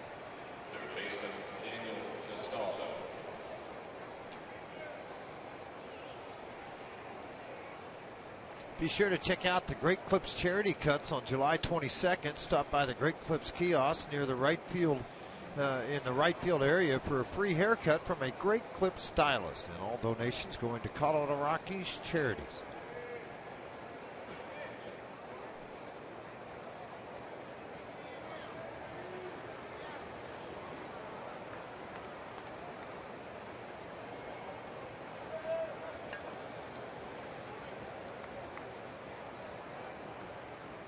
Descalso ground ball to second and a fly ball to fairly deep left field. 6-1 Colorado. They have out-hit Arizona this afternoon 9-3. Good breaking ball. So George, I obviously took a few days off watching one of my boys play in Albuquerque and got a chance to go down and visit the Isotopes and check in on how things were going for Glen Allen Hills Club. Good ballpark, good family, good places to go watch a baseball game. I tell you what, John Traub's the general manager, longtime general manager of the Isotopes, and they do such a marvelous job. It is a gem of a ballpark. It's exceptionally well run, and it was great. We were there on Friday night. It was a sellout crowd. 17,000, 18,000 people. And got to see Eddie Butler pitch. Eddie looked good. Pitched 7 innings, did a nice job. Trevor Story hit a home run, his first home run in AAA. Pulled the ball to the left, hit it a long way. Strong kid.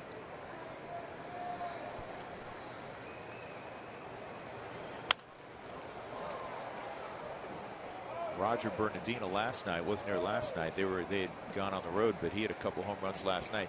Got to talk to Rex Brothers for a while, and Rex is in a really good place. He feels like on the occasions where now he's walked some people, the misses are near misses as opposed to 2-3 foot kind of misses. He looks good. Really feels like he is in a good spot. Descalso fouls this one off as well.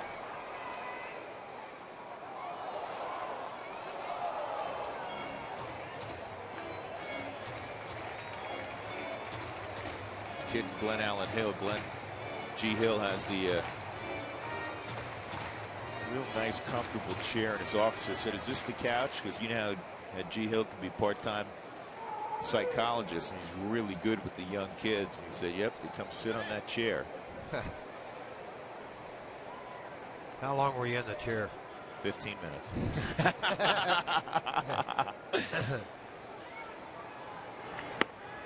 And a strikeout at Descalso, 2 gone. Drew talked about him being difficult on lefties. His 2 strikeouts in this inning, both against lefties, Paulson and Descalso.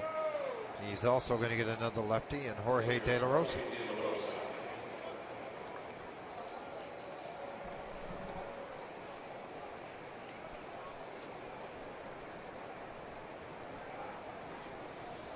And you know what's great to see too, because again, George, you played a long time in the minor leagues. When you go to a minor league park,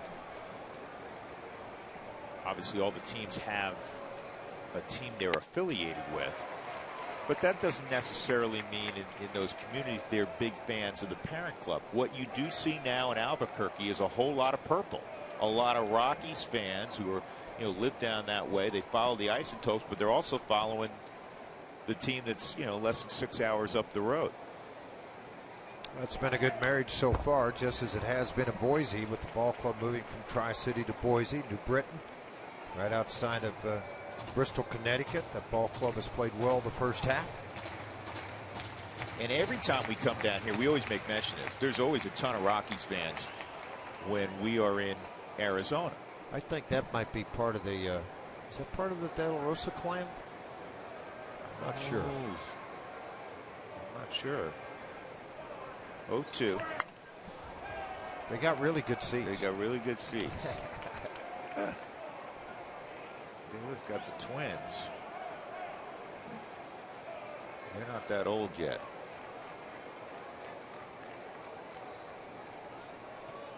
Either that or they took a cab, because they're all sitting there by themselves having a good time. There's 4 wonderful young children there.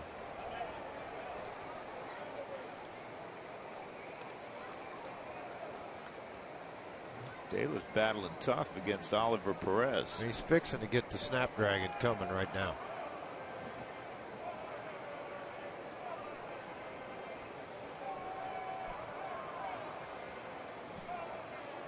He's a very competitive guy, and he takes his at-bats very seriously also. And there's that Snapdragon hook you were talking about. That thing broke 3 feet. So the Rockies leave 2 on. They get a 2-run home run in the inning from Cargo at 6-1.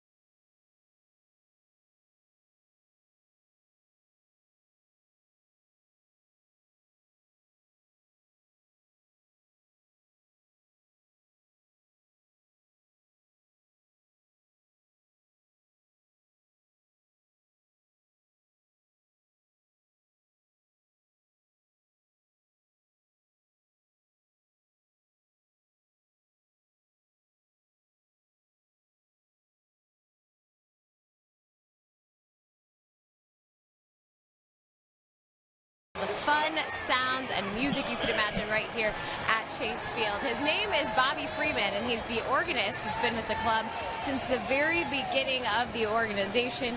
In 1998, he joined. He usually wears a jersey number 88 on him. That's because there's 88 keys on the keyboard. He takes his job very serious, but they've placed him in that family section now, and he enjoys taking pictures with fans and talking to fans. Here's some video of him from last night, compliments of our photojournalist Charlie Felix, all over the organists in Major League Baseball, so he had to get the story done on Bobby Freeman. He considers himself a musical mascot and entertainment assistant. They get him out in the community as well, but once the 7th inning comes, in that 7th inning stretch, it's all business for Bobby. Do you guys like the organ still? The traditional organ? I think it's part of being at a ballpark, sure. Georgie? I love it out here. I love it here in the Oregon. Reminds me of the older ballparks, old Kaminsky Ballpark, Detroit, San Francisco, St. Louis. They all used to have the organist at the park. So here we go, bottom of the 6th inning. The numbers on Jorge De La Rosa this afternoon. He's got a 6-1 lead, top of the order. That first pitch swinging Nick Ahmed, and it's fouled off into about the 8th or 9th row, so it's an 0-1 count. A base hit, 2 trips for Ahmed. He has one of the 3 hits against De La Rosa this afternoon. Jorge 72 pitches in. Good number. De La looking for his 6th victory of the year, and again his first ever victory at Chase Field. He's 0-7 here. 8-8 lifetime against Arizona. And that's chopped foul. Get a lifetime earned run average, and that will drop with the 1 run given up in 5, but his earned run average in his career below 3 against the Diamondbacks.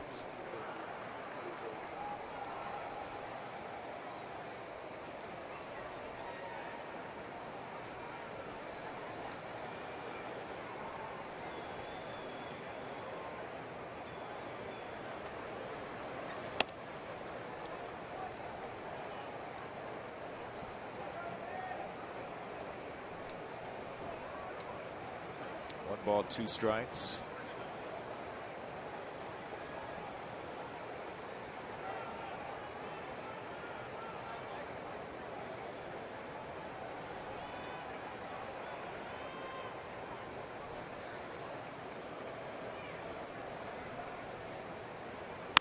That ball is pulled hard into the left field corner.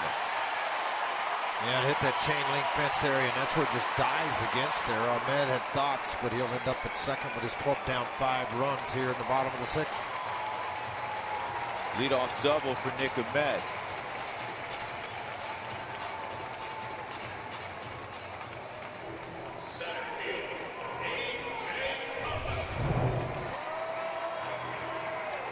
You can see him make that move. He's thinking about 3 because he knows the nuances of this ball club. You saw Manny Gonzalez, the first base umpire, signal to the third base umpire to stay where he is. That's part of that chain link fence. It hits and just dies out there.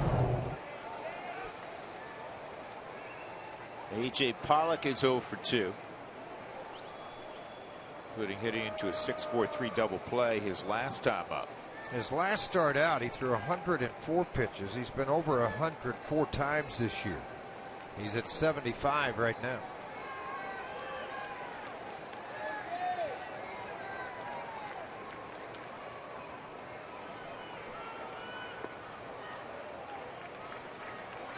Got Goldschmidt on deck.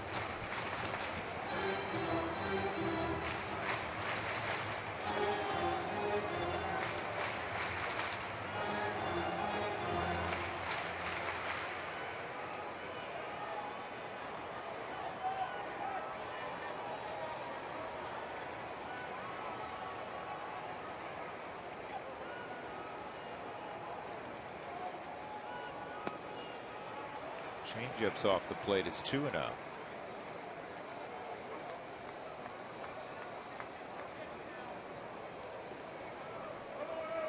Well, Troy Hawkins, who threw a scoreless inning last night, back up again.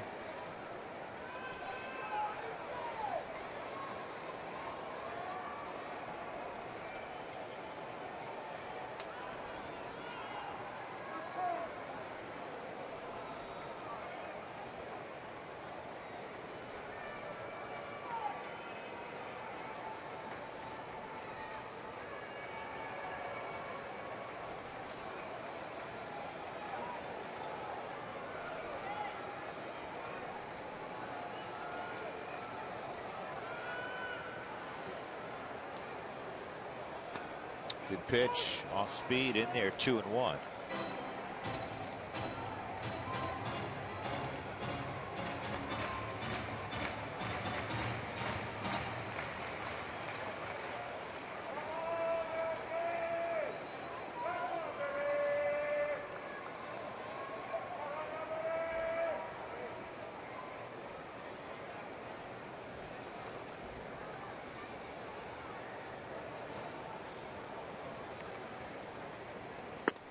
At the knees for a strike, 2-2. Well located there.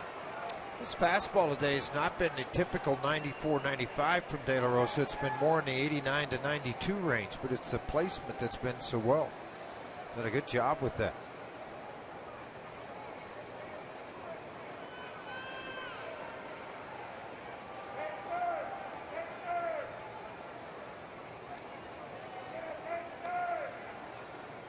Two on the ground at third. Descalso plants his back foot, fires a dart to first. The runner still able to move up. Nick Ahmed. That was a good throw by Descalso. He really got behind the baseball. So with one out, Ahmed's at third base. Paul Goldschmidt coming up.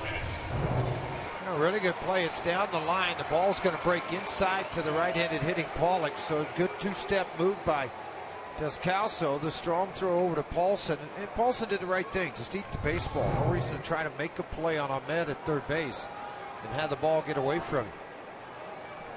He has had more success with Paul Goldschmidt than anybody probably in the National League. 2 straight punch-outs. That doesn't happen often.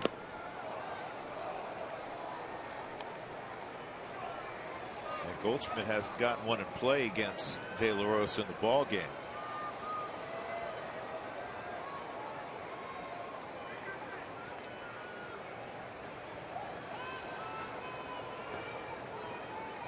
Won the count. It's inside. Goldschmidt 4 for 16 lifetime with a home run against Jorge. Goldschmidt to a 250 average. Feel like you own him. This guy hits everybody. Certain guys, De La Rosa, maybe he just doesn't pick the ball up off of it. Can read between changeup, fastball, slider.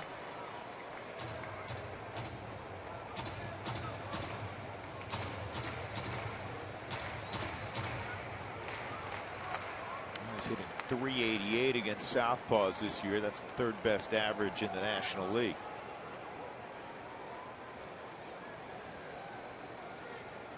Actually, let me correct that. The big leagues. 3-1. That's where De La's so tough. He does not have to give in with a fastball. I would imagine we'll see some form of his changeup, splitter. In all likelihood here, 3-1 to Goldschmidt.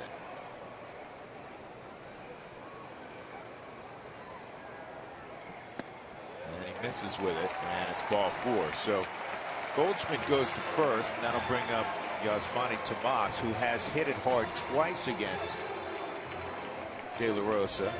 Home run to right center and a line shot to third. Slug your way to the Home Run Derby crown and master the free award-winning game. Millions are playing. Download MLB.com. Home Run Derby free on the App Store and Google when play.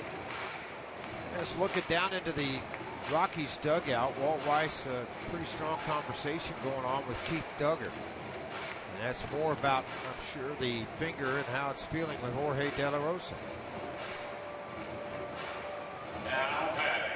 And again, De La Rosa is not a dummy. He understood. He got Goldschmidt twice on pitches that were changeups, hard splits, and sliders. And, all right, walk you, I'll walk you.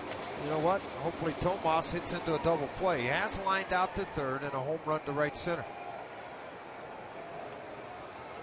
Troy Hawkins is up and throwing in the Rockies bullpen.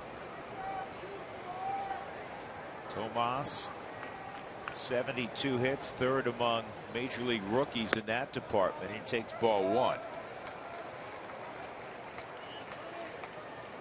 He's kind of settled into that cleanup spot for Chip Hale. It's his 27th game hitting in the 4-hole. First and third, one out. Ahmed at third, Paul Goldschmidt at first. And this is looped to shallow left center, and the catch is made by Barnes. Jogging home is Ahmed, and it is 6-2. What a great catch by Brandon Barnes. Off the bat, George, I didn't think he could get there. Works as a sac fly for Tomas. He's driven in both runs today for Arizona. Well, yeah, exactly. This ball hung just long enough up into the air, and then it's parallel to the ground for Barnes to make the catch. By the time he popped up again, there's really no reason to even to pop up and make it an attempted throw into short. But De La Rosa liked the fact that this inning did get extended. Got 2 outs and lead 6-2 with 2 outs here in the bottom of the 6th inning. He's got a guy who has pop at the plate in Wellington Castillo, the catcher for Arizona.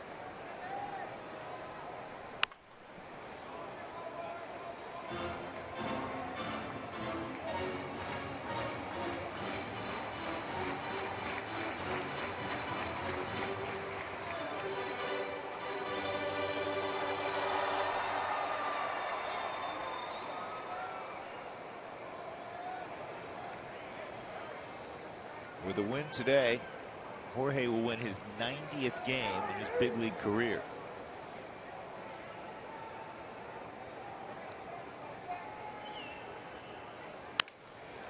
And this is going to be, I think, a little easier play. Maybe not. Nope. Barnes couldn't get there. Goldschmidt goes first to third. So a fly ball single by Castillo. Part of that's the big swing. He got a pretty good read on Tomas's ball, but on the ball hit by Castillo, I don't think he got a good read on the baseball. Castillo is going to hit this high fly ball, but it really wasn't that high.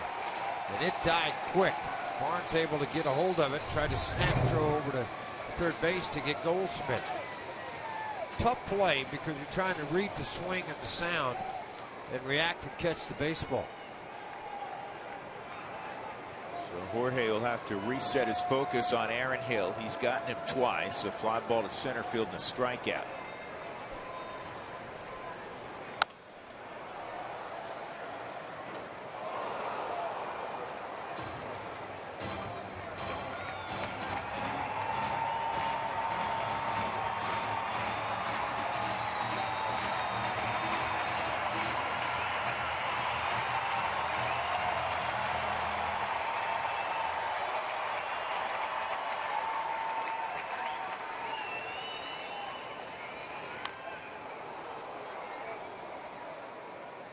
Ow.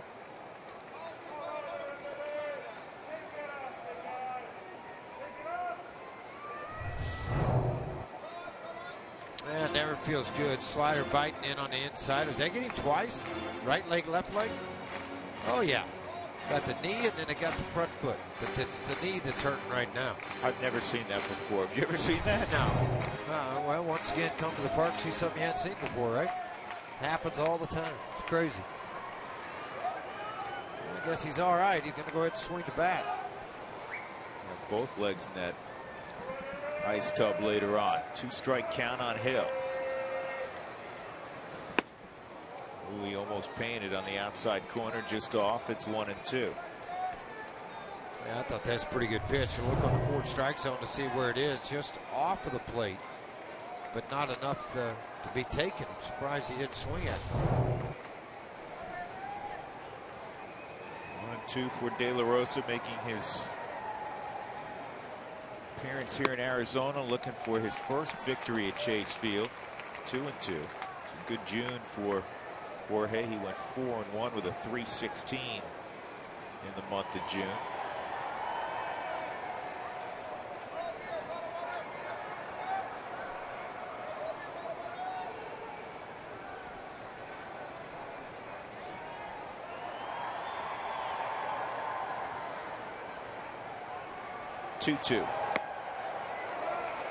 And Hill didn't chase, and now it's 3-2. So Castillo will be off. Ben Paulson reminding Jorge that he's going to play behind him.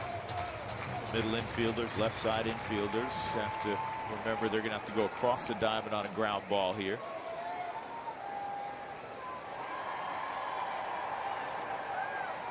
Goldschmidt at third, Castillo at first, 6-2. Bottom of 6. And a ground ball to Descalso. And he makes a perfect throw. End of inning. Nice job, Jorge De La Rosa in the inning. A run for Arizona. And we'll go to the 7th with the Rockies up 4.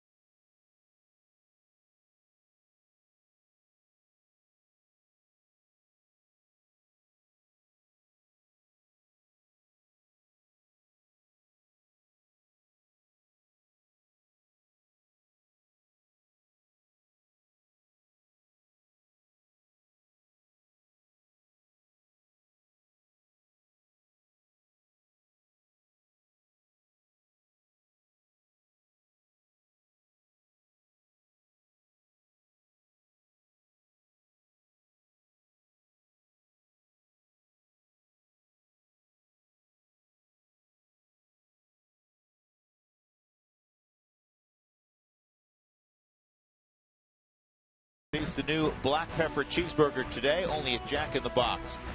By Xfinity, your home for the most live sports. And by Tavern Downtown, visit Tavern Downtown after Rockies home games and get 2-for-1 draft beers with your same-day ticket.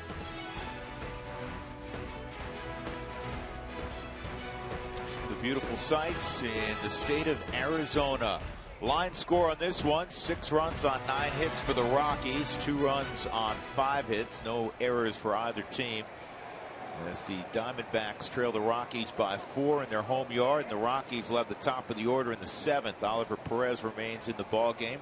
Here's Charlie Blackmon, 1 for 3, and a slider's down low, 1-0.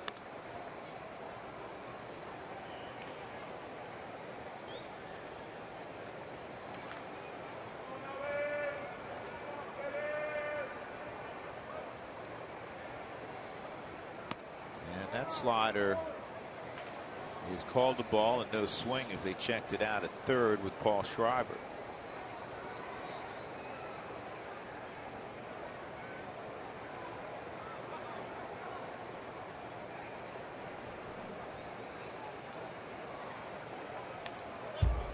Yeah, that's going to be a foul ball. I believe they're going to check it. Yeah, they did.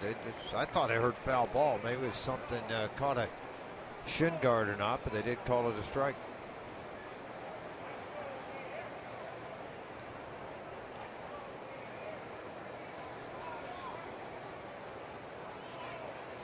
Home run he hit on Friday, George, leading off the ball game. 9th time he's done that. That's a new Rockies record. Well, he's going to break his own record. He's going to do that a few more times. I would agree. Fastball for a strike, 2-2.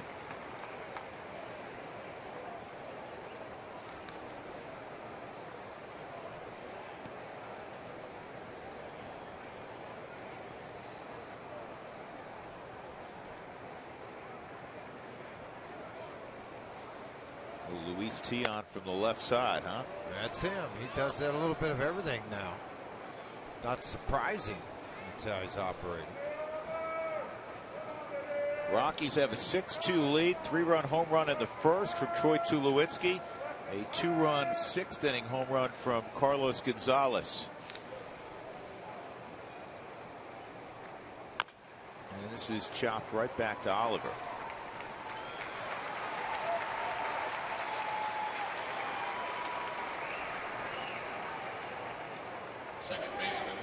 Yeah, they got the right-hander warming. He faced 3 out of 4 left-handers and retired, and that's going to be it for Perez. Gave up 1 hit.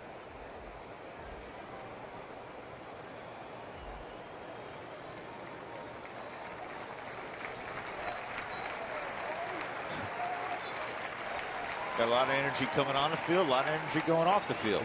Did a nice job today in a 6-2 ball game. Yeah. So we'll get a pitching change. David Hernandez will come on when we come back.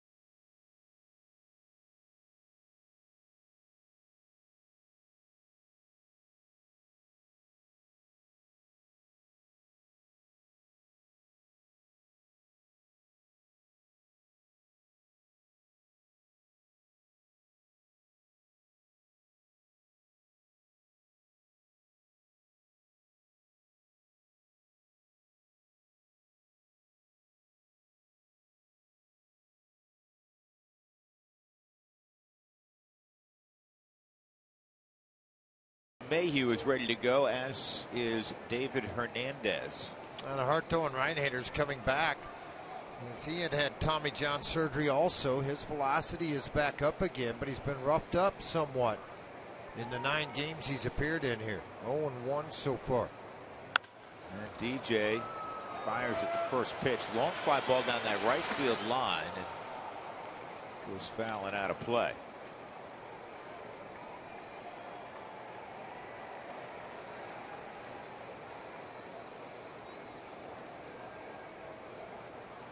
Mayhew a base hit in the first inning. The Rockies 6 straight hits to begin the day against Ruby De La Rosa. And then De La Rosa would retire 14 in a row. Always works that way, right? Made it easy, right? De La Rosa, Ruby ends up going 5+, 6 runs, 8 hits, a walk, and 3 strikeouts. And that ball's on the ground to short. Ahmed throws out DJ. Well, today is game number 82. So the first half is over numerically, and the Rockies with a 34-47 first half record. That is the 6th worst in franchise history. Their first season they were 28-53. Now the best after 81 games was 95, a playoff year. They went 46-35. 07 they were 39-42 after 81 games. You know what happened at the end of the 07 season.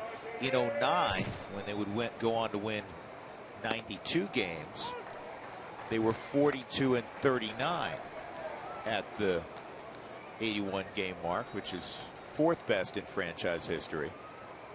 So that gives you the 3 playoff years in perspective.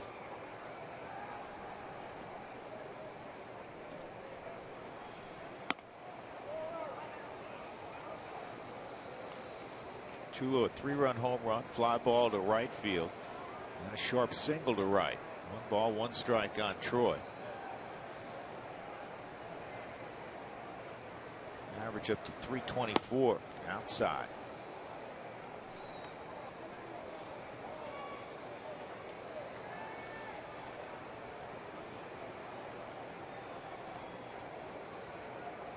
You know, that 09 season, the Rockies started poorly, and after the long run by Clint Hurdle, he was let go, and Jim Tracy took over from that point forward. The last 4+ months of the season, the Rockies had the best record in Major League Baseball. Again, on their way to a franchise record 92 wins. 3-1 the count on Tulo. And that is a smash to short. Ahmed almost got knocked over, but he throws out Troy. Stretch time in the desert. Rockies leading the Diamondbacks 6-2.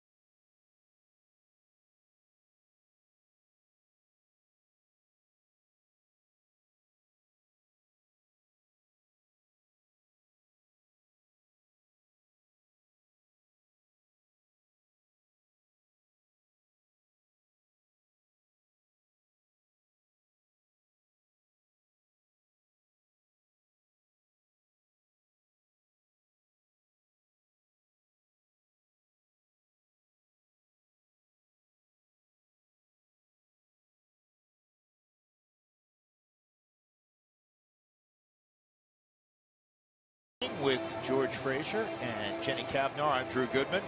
LaTroy Hawkins going to take over for Jorge De La Rosa in the 7th. It's time now for you to tweet your strongest fan photo. Use the hashtag RMDataStrongFan, and you might see yourself in an upcoming game broadcast. It's brought to you by T-Mobile. So Jorge De La Rosa, looking for his first ever victory at Chase Field, is in line for that after 6 strong innings of allowing just a couple of runs on 4 hits, and he'll give way in the 7th to LaTroy Hawkins. 95 pitches for De La Rosa. It will be the 18th appearance for Hawk, and he will face the bottom third of the order for Arizona. Peralta, Owings, and presumably a pinch hitter.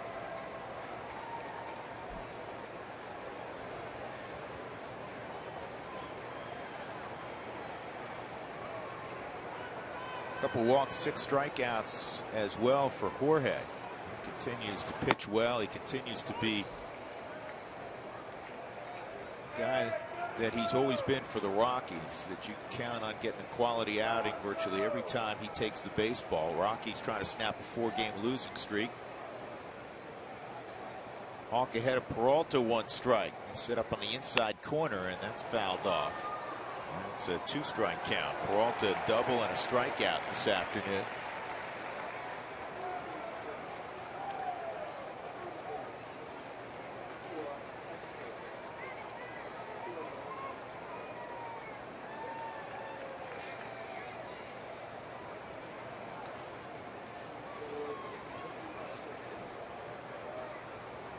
Oh, 2, and that just missed. 1-2.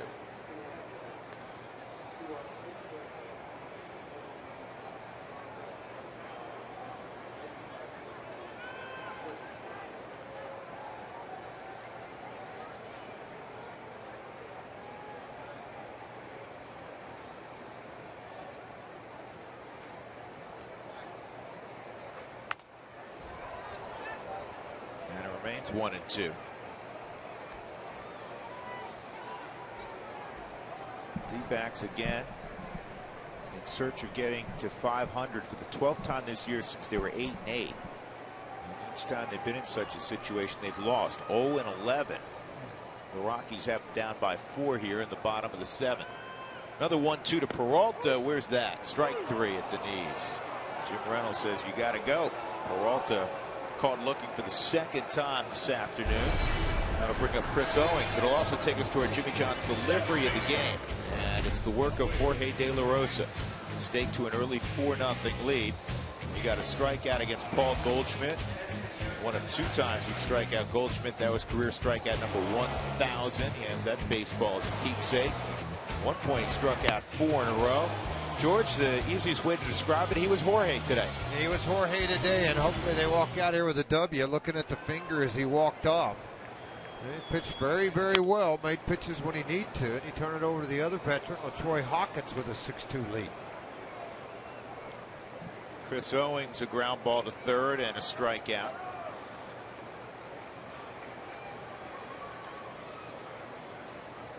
The Rockies can close this out for De La Rosa. He'll improve to 90-71 in his career. He's already the all-time wins leader, as you know, in Rockies history. And it just underscores a conversation we had earlier, how difficult it'll be to get to 300 wins for a pitcher, because guys don't pitch into games as far as they used to with how stellar so many bullpens are. Therefore, there's less opportunity to get a decision at times for a starting pitcher. And they don't make, they make 32, 33 starts a year. They don't make 36 anymore. Yeah. They'll make 38 starts. Very so I mean, difficult. you know, it's just the probability of a guy winning 300. I mean, who's the active leader right now? Is it Tim Hudson with like 230? Yeah, he is. I think it's in the teens, 215. And he's 40 years old. 41. He's done. Hudson's got 219. Yeah, actually. 219. Bartolo Colon over 40. CC Sabathia on the back end. Burley probably going to play 1, maybe 2 more years. AJ Burnett's talked about retirement forever. He's at 162. I just don't see another one. 200's a big number. Yeah, I mean, you know, that's why people say, and I back away from it, the 300 number, obviously, as I do 3,000 hits for guys to go in the Hall of Fame. That's got to be looked at again, because there ain't going to be another 300 guy. Hawkins with another strikeout, so he struck out the first 2. Cliff Pennington's going to be the pinch hitter. The Rich Eisen Show is on Root Sports. Tune in every weekday, 10 in the morning, to one of the most well-known names in sports broadcasting. Entertaining show. Rich does a great job with that program. And again, catch it every morning, 10 a.m. in the Mountain Time Zone. 2 gone, and here is Pennington, the switch-hitting middle infielder. With a squeeze bunt last night. Drive in a run. Give the Diamondbacks late separation. Was aided on a throwing error by Willeen Rosario.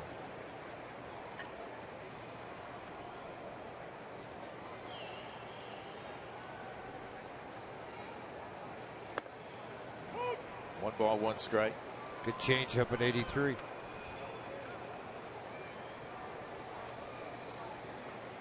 the Rockies will have tomorrow off, and then the Angels come a calling. Angels are playing a night game in Arlington. It's a strike. Speaking of Arlington, that's where Arizona's headed after the ball game. San Francisco at Washington tonight. Good ball game. Yeah, good matchup. A lot of guys returning for the Giants this week. Matt Cain, Jake Peavy. Peavy threw the ball well. Left field, Brandon Barnes. Good inning for LaTroy Hawkins, and we'll move on to inning number 8. Rockies 6, Diamondbacks 2, Sunday afternoon in the desert.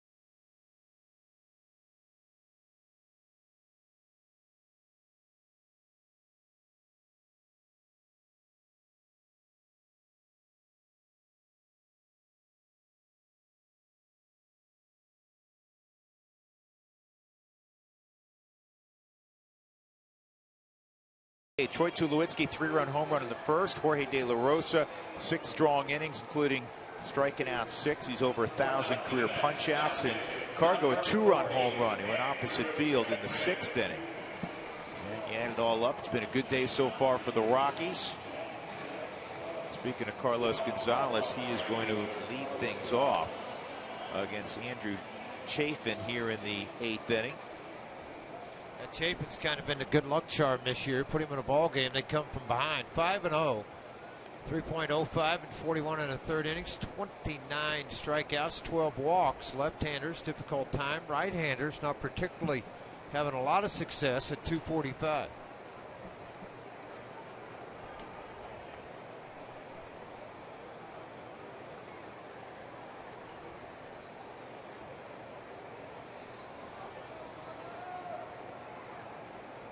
Cargo a couple hits today, 2 for 3. And a fastball at 91 for strike 1.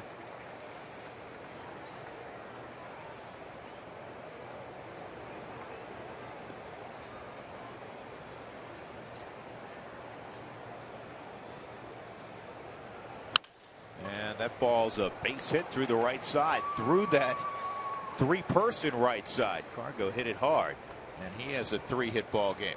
Yeah, nice to see 3 for 4 for Cargo. That big home run to the opposite field. This ball hit hard, out of the reach. Nobody going to make a play on this. And Michael McHenry will get to swing the bat again. McHenry with a walk, a base hit. He flew out to deep right field in the 3rd inning of the ball game.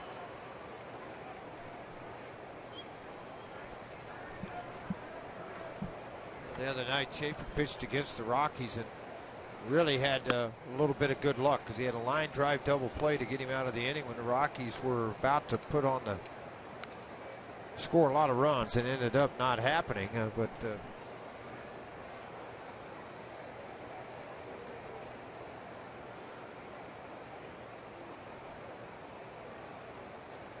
And that ball's lined to right, but it's got a tail on it. It's going to go foul.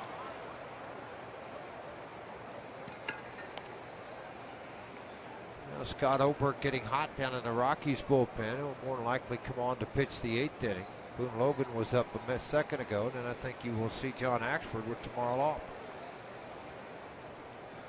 Just guessing. Yeah, you think that Walt would definitely want to get Axford involved, back with the club the last couple of days. Here's the 1-1 inside, 2-1. Last night, Axford did come in and pitch a third of an inning last night. Let's just see how it goes.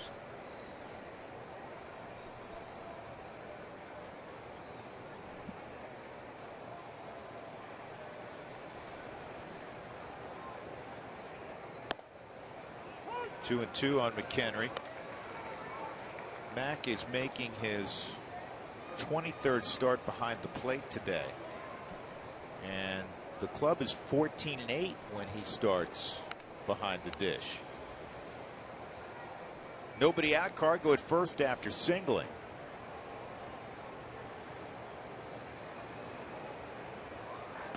And that goes through, and Cargo is going to jog to second base. And the ball's retrieved by Castillo. He didn't realize he didn't catch it initially. It's 3-2 now on McHenry. First pass ball of the year for him.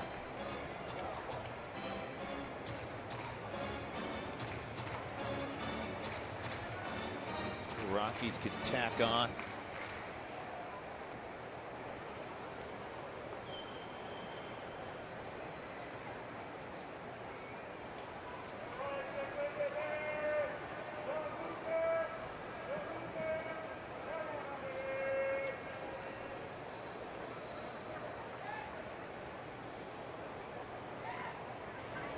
Off the plate, good eye from McHenry. And now the Rockies have 2 on and nobody out. That'll bring up Ben Paulson. Well, the Rockies made an international signing after July 2nd. Guys can sign. 16-year-old Daniel Montano from Venezuela signed for $2 million. 6'1", about 180 pounds. Again, he's 16 years of age, and they think there's tremendous upside with his bat defensively. When you're signing 16-year-olds, I mean, you're always doing projecting. You're projecting college guys and guys you draft in high school who are, you assume, around 18. College guys, obviously older than that. 16-year-olds. This is bunted over the head of the pitcher, and it's going to work out as a sac bunt. I don't know if I've ever seen one just like that. Ben Paulson bunted it 75 feet and found an empty space in the infield. Unbelievable. Right over the top of the head of the pitcher, and as he goes back, Chapin's going to go back on this ball. He charged in. That was part of why he got it over his head. But Nick Ahmed, what a nice play he did at shortstop. Came in bare hand, snap throw to first to get Paulson.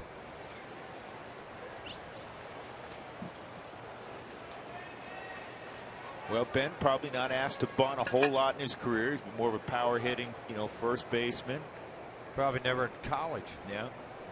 But you got to get it down, and he did. Brandon Barnes. It worked. Is now at the plate. Descalso, left-handed hitting in the on-deck circle. We're going to load him up. Descalso 0 for 1 against Chapin.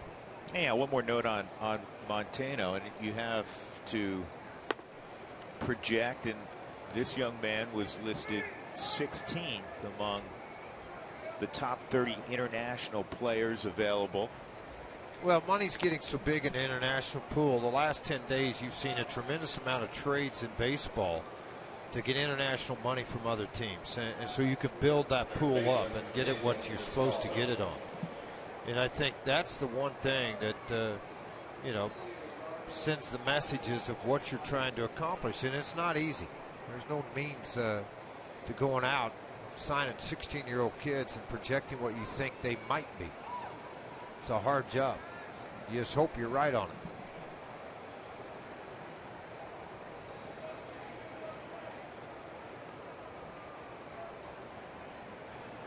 Fastball's off the plate on Descalso. Daniels 0 for 3. Ground ball, fly ball, strikeout. Bases loaded, 1 out. Colementer's back up in the Arizona Diamondback bullpen in preparation to face Rosario, who's in the on-deck circle. Colementor, you remember, warmed up in the first when the Rockies put a 4 spot on the board.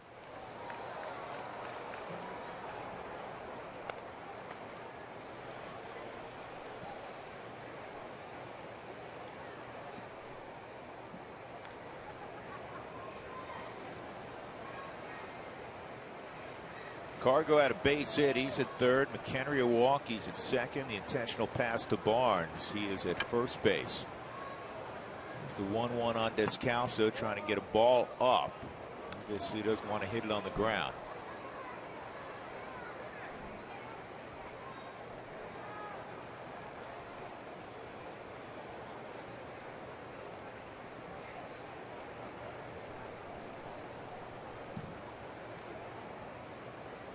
Yeah, just tack on. Why not? This ball fouled up into the seats.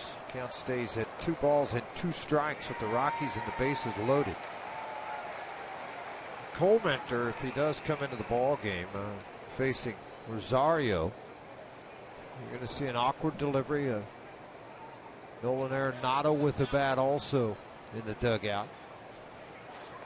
I could see him coming in and playing the bottom of the 8th inning possibly if they pinch hit instead of Rosario. Do a double switch, go to the bullpen, keep your best defense on the infield. 3-2 and 1 out.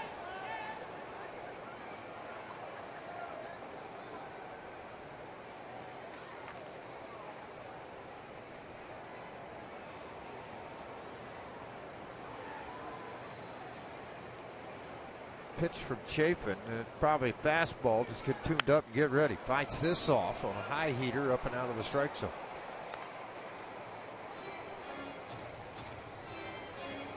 Rockies 10 hits on the day. They've only left 3 on base. 6 have scored. It's been a good day for the bats. And a good day for Jorge De La Rosa. Pick up his 9th career win against the Diamondbacks if they can hang on and finish this thing up. Another 3-2 to Descalso. And it's a double play ball. There's 1 and there's 2. Chafin works out of it. The Rockies had the bases loaded with 1 out, do not score, so it remains 6-2 as we go to the bottom of the 8th.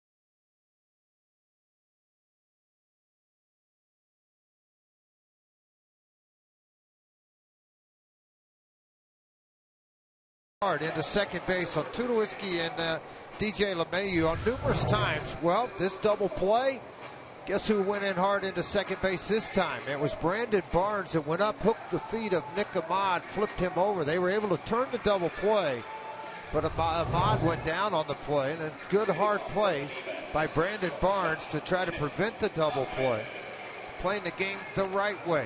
The Rockies will turn the ball over to Scott Oberg as he will come on to pitch for the third time in this series.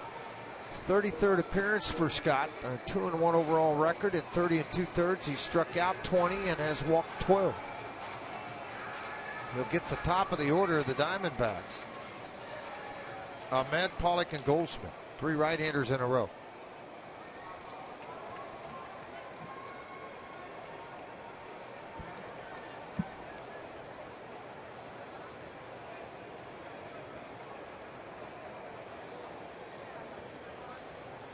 Ahmed, single and a double in 3 trips. Got an 8-game hitting streak. And Oberg's fastball below the knees, ball 1.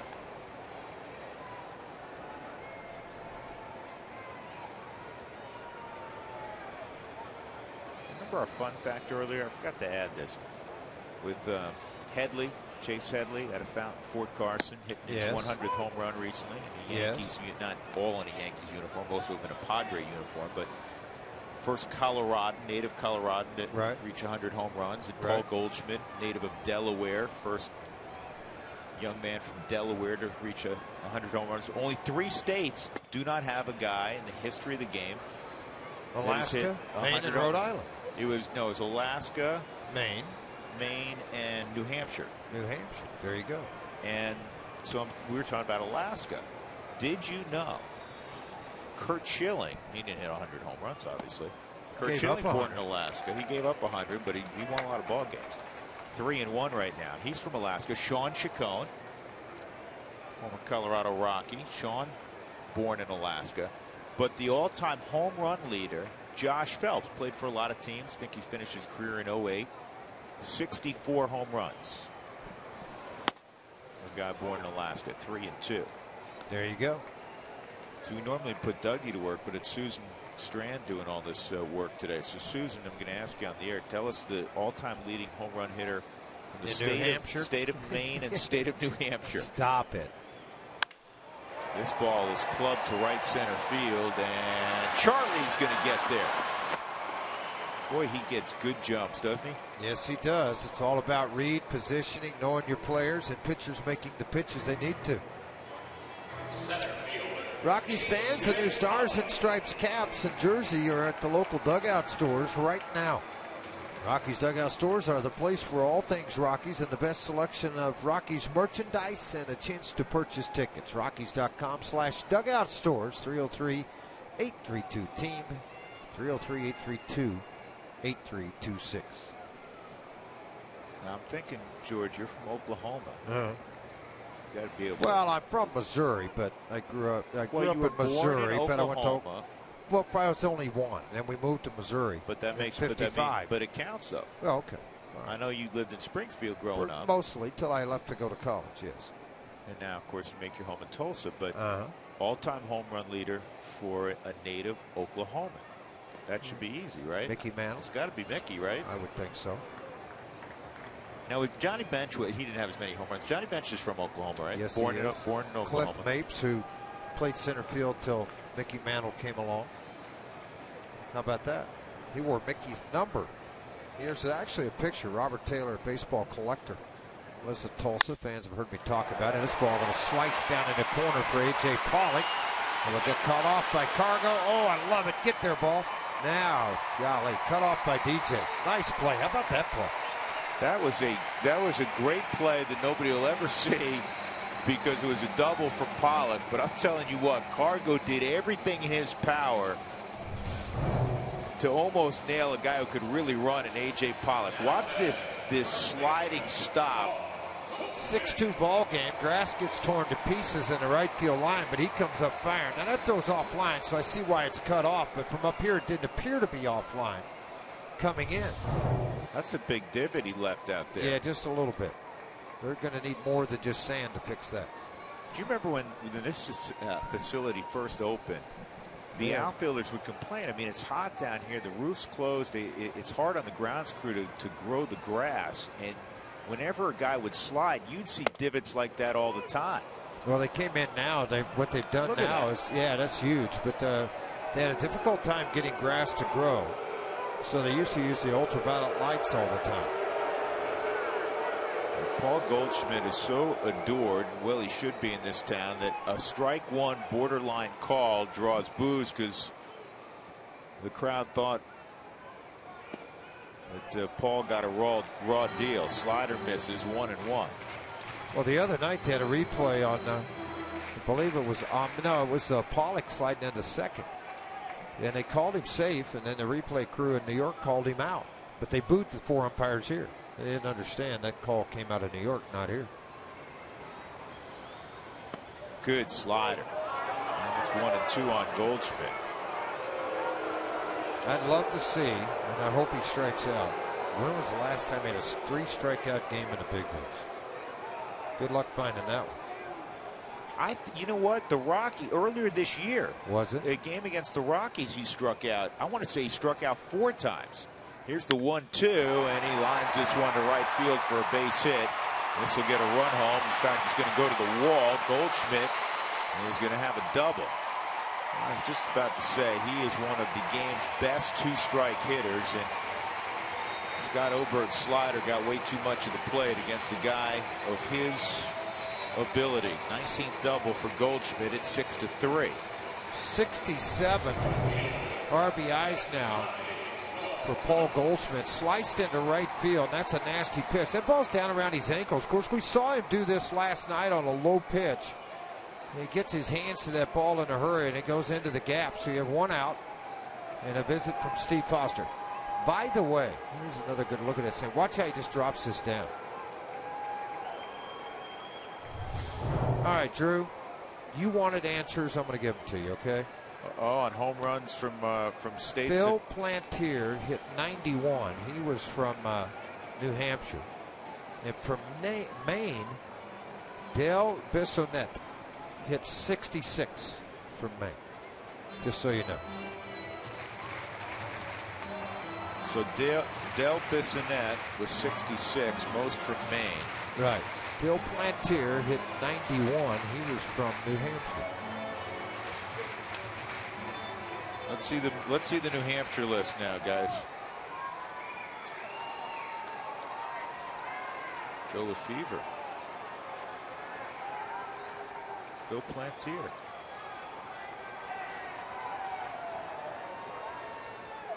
Oh, you know, Oklahoma's loaded, George. We had Mantle, obviously. Then we had Willie Stargell, Carter, I mean, Joe a lot Carter. of guys. What do you think? We're out in the middle of nowhere? Yes. We got some guys that know how to play. I didn't realize Joe Carter's from Oklahoma. Yeah. Always think of Wichita, from Oklahoma Kansas. City. And our good friend Matt Holliday is 6th on that list of native Oklahomans. This ball's fouled off. Back to the ball game. It's a 3-run game right now. People forget Stargell was born in Sapulpa, right outside of Tulsa. The late, great Willie Stargell. 1 strike on Yasmani Tomas, who's hit the ball hard today. Home run to right center, a line out. Great play by Descalso. And a sac fly on a great play by Barnes, making a diving catch. A run in. Goldschmidt at second, and that's down the right field line. It's going to get Goldschmidt home. It's going to be a 2-run game. Cargo is going to hold Tomas to a single. And again, issues for Scott Oberg. Yeah, it's a 3 RBI day for Tomas. And the other night, Scott, third of an inning, 4 runs given up against the Diamondbacks. So far today, 2 runs given up, 2 doubles and a single. We got the right-left combination warming up for the Rockies. Walt Weiss, after he gave up 4 runs the other night, Walt brought him in. He got out of a bases loaded. I thought that was a huge move by Walt because it gave him so much confidence to bounce back. But Walt's not going to wait around. They've fought hard. It's a 2-run ball game. Walt's going to go out and have a visit with Scott Oberg. We have a little more time to Tommy Cangley to get loose down in the bullpen to clean things up, hopefully here in the 8th inning with a runner at first and 1 out.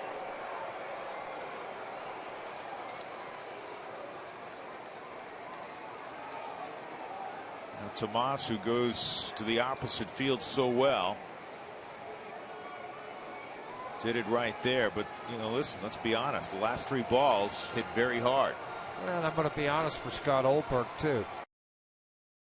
4 days pitching in this series. 6-4 is the score.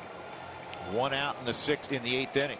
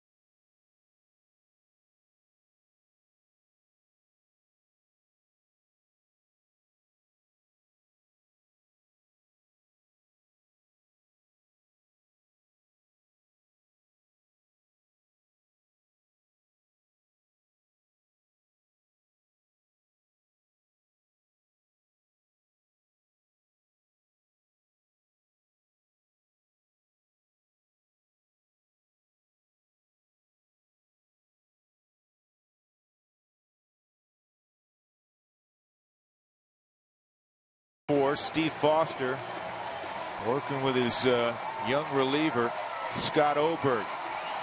Scott got an out on a fly ball by Nick Ahmed. That ball was hit well, actually, to right center. It was run down by Blackman, and then double, single. He's gone. And with 1 out, Wellington Castillo coming up. He's the tying run for Arizona in a game that's been dominated by the Rockies, but now you're on your edge of your seat as Tommy Kahnle will take over. Well, comes into a situation with 1 out. Don't think about trying to strike out the world. Think about getting the ball on the ground, get the double play, and get out of the inning. 17 pitches on Friday, 14 on Saturday, 47 total for the week as he works here for the 3rd out of the 4 days against the Diamondbacks. Fastball misses wide at 96.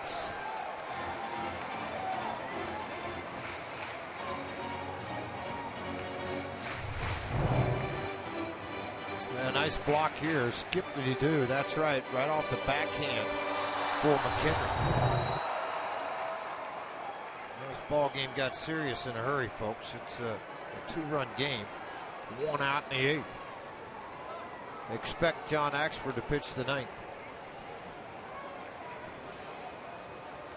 But you got to get the two more outs here in the 8th inning. That was a changeup, George. That's been his most reliable pitch when he has trouble commanding the fastball. To throw for a strike. Yeah, there's no question. And last night it came into play big time in the ball game.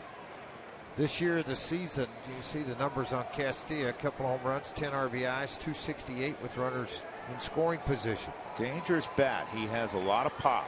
90 feet away before he gets there. That's a good pitch also. It's 1-2. Yeah, he started to fire and then he backed off of the pitch at 87 miles an hour. It's about 3 ticks below the major league average on the fastball. It's at 90-91 now. Jim Reynolds just turned his head.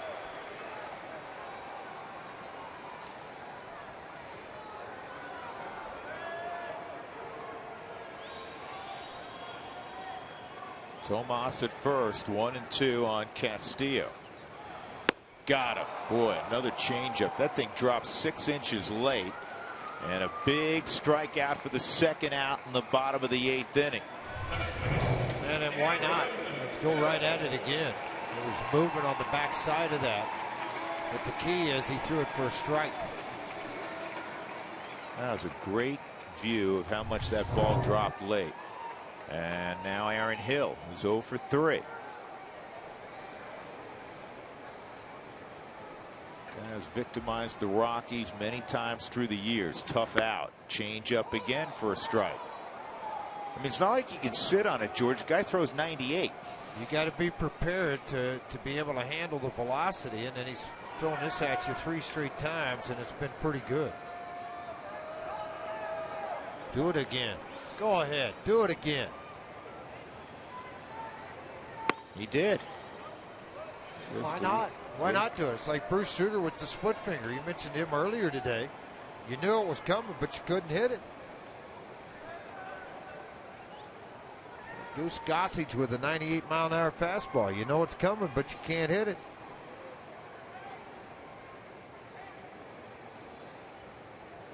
One. There's the heater. 94. It's in.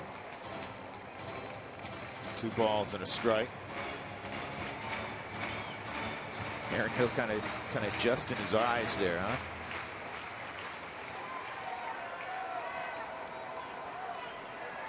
Two outs in the 8th, 2 runs in. 6-4 Colorado. That's 3-1.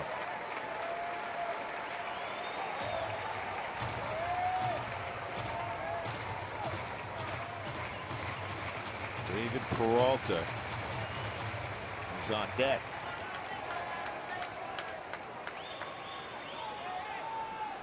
Hill a .339 career average against the Rockies in 62 career games. 3-1, change up, and that's ball 4. That may be the only two batters that he faces, because you got the left-hander warming up. And Peralta's loose down in, Boone Logan's loose down in the ball game. Last night he came on to face Peralta, and he gave up a base hit in the 8th inning to Peralta. He slashed him into left field. See if Walt making that climb out there. Then they worked a 1/3 of an inning, a walk and a strikeout.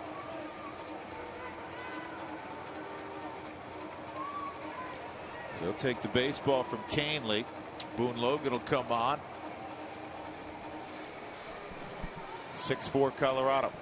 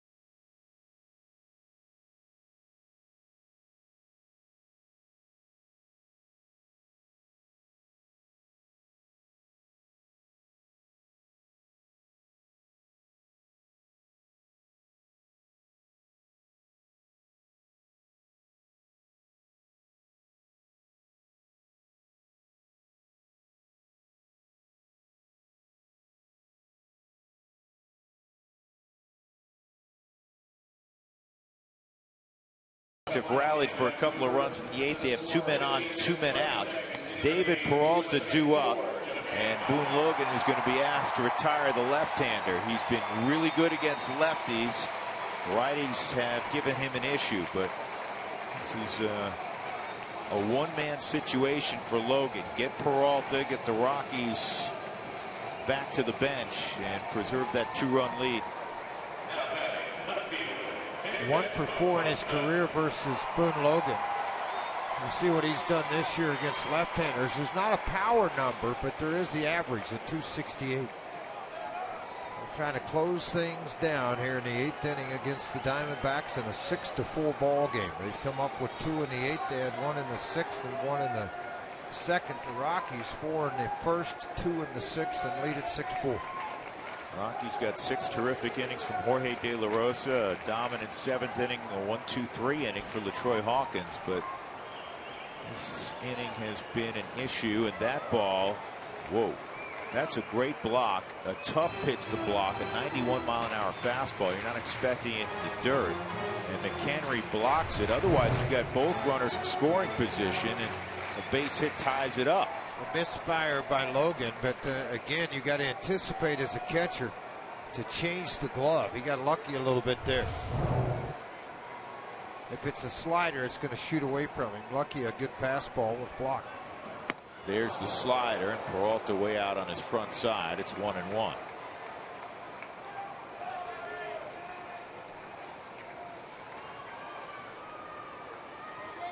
Yasmani Tomas at second. He had an RBI single. He's driven in 3, and Aaron Hill just walked.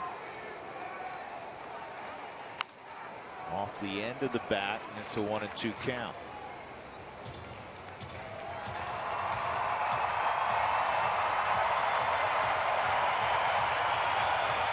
Paying a fastball or go slider, George? Slider and take it off the plate a little bit.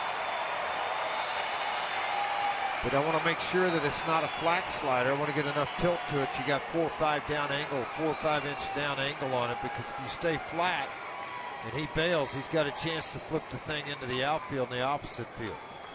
If you get a downward plane on the slider, it'll be a lot harder for him to hit. Rockies shading in the outfield toward the off gap. Well, that's where he took Boone yesterday. Flipped it into left field. 1-2 slider, and he struck him out. So Boone Logan comes on and gets the job done, fanning David Peralta with 2 on. 2 come in for the Diamondbacks at 6-4 as we go to the 9th.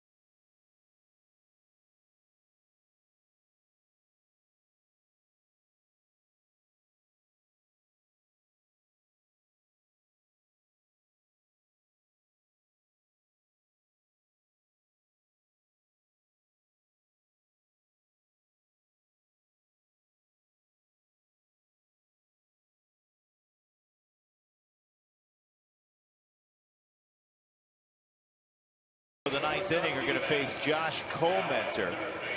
They'll have Willeen Rosario pinch hitting in the pitcher's spot, and then it's the top of the order, Blackman and LeMahieu. Just 17 games now for Colmenter, but keep in mind he started the year in the rotation for Arizona. Now he's working more long haul relief, and in this particular case, it's one of those weird deals. He was warming up, George, in the 1st inning, and he's pitching in the 9th inning. They're down 6-4. He's the guy that's usually on the negative side out of their bullpen right now. The righties and lefties have both hit over 300. He's given up 14 home runs. Jake Lamb will come on and play 3rd base. Lamb will hit 9th, with Owings leading off the next inning.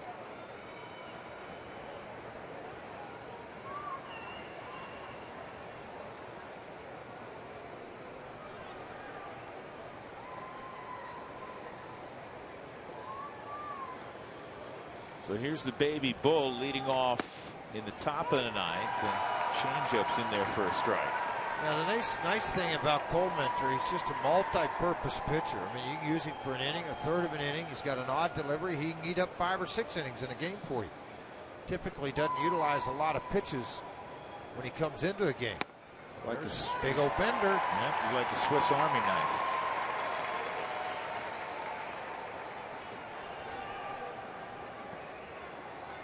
That's a pretty good line by you. Swiss Army knife, that's pretty good. I like that. You like that one? Yeah. Never had one, though. Did you ever have one? I got multiple Swiss Army. Yeah. In fact. Are you a collector? In fact, it was one of the gifts I gave my groomsmen 21 years ago. Swiss Army knives with their names engraved. Wow. Yeah. Thought it was a little different. It was. Wonder how many of them still have them. Got to pull them. Down low, 2-2.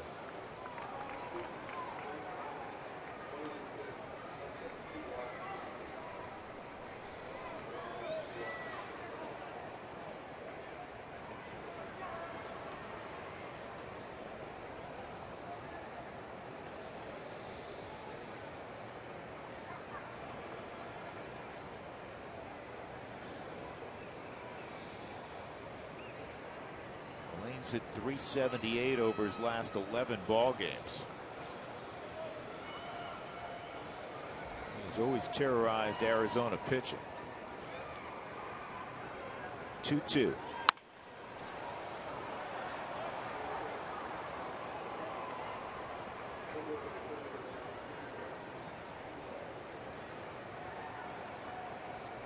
Moline, a career .365 hitter against Arizona pitching. In fact, that is the best of any player in baseball that's got 150 or more plate appearances. Charlie Blackmon on that list also.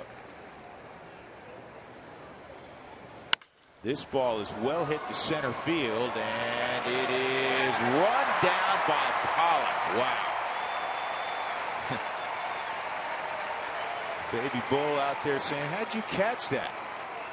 Well, the guy's become, that's what he's become. He's become one of those guys that just tremendous jumps and instincts in the outfield that he can go get the baseball. I mean, what a good swing by Moline. That ball's almost to the ground. Golfed it into right center, caught red, and made it look pretty easy. That was not that easy. Coleman are pretty happy about the out.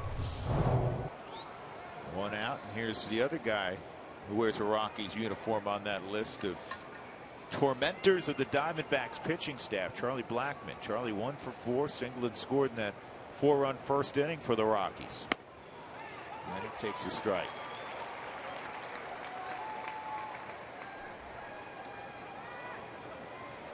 John Axford will be asked to close this thing out for the Rockies.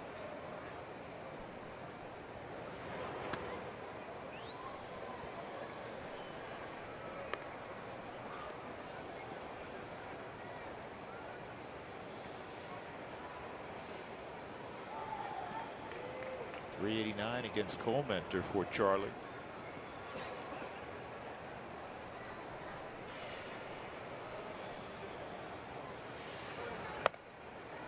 Two and one.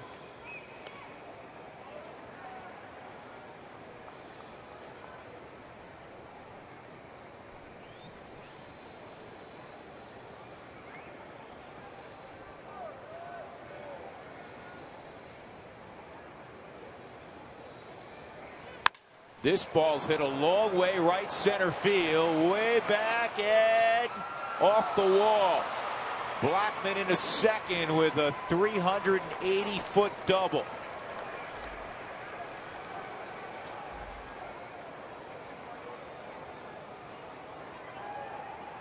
Coleman maybe said, maybe out of position the defense in right center against the wall. 2 straight in a row. Not that bad of pitches, but obviously the Rockies seeing the ball out of the hand of Coleman. Charlie parks this right on top of the fence. I mean, I think it hit the downslope of the yellow line and stayed inside the ballpark.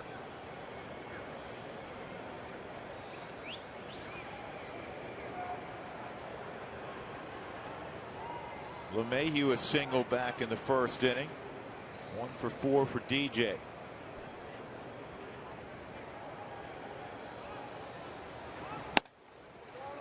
Been a really good RBI man this year. 34 ribbies, and considering so much of his work has been, at least initially, in the 8th spot in the lineup, more recently the 2nd spot.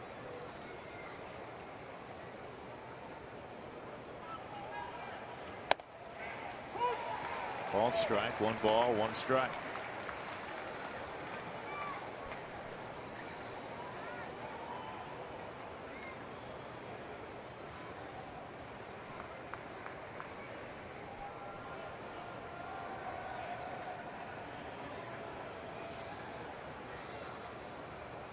Tulo's on deck. Here's the 1-1. This ball's well hit to right field. Peralta going back, and it is caught up. Or, excuse me, Tomas going back, and he makes the catch against the wall. Blackman will move up 90 feet. So let's think about this just for a second. I like Josh Goldmentor, but let's think about this a minute. 1 out, 400 feet. A base hit, 400 feet. That's 800. And then 400 to right field for an out. So 1,200 foot of fly balls. And you have 1 double out of it. Tomas, the last couple of days, has jumped against the fence on most of those plays like that. Tulowitzki trying to give the Rockies a 3-run advantage. Go ahead and hit it out again. Give them a 4-run advantage.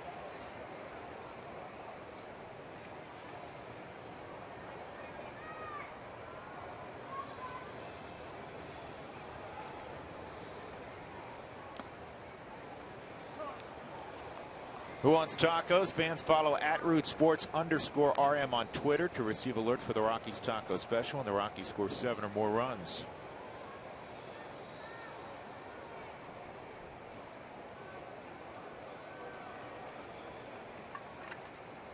Troy 3-run home run in the 1st. Singled and scored in the 6th inning. 2 for 4. 18-game hitting streak. Continuing his all-time best stretch in his terrific big league career. Reached 33 straight. Both of those personal records for him. 1 ball, 1 strike on Troy.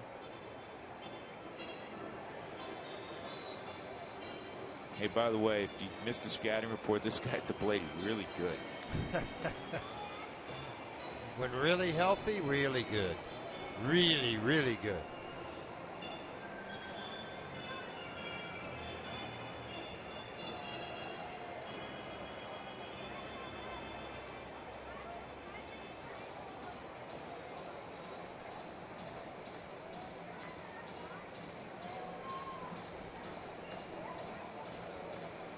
Mike Harkey reminding Josh Goldmentor, this guy's really, really good. Yeah, really pretty good. Might want to not mess around here. All right, we got a 2-run ball game. Try to keep it that way. You've given up 400 feet of flight of baseballs, and 2 have been caught.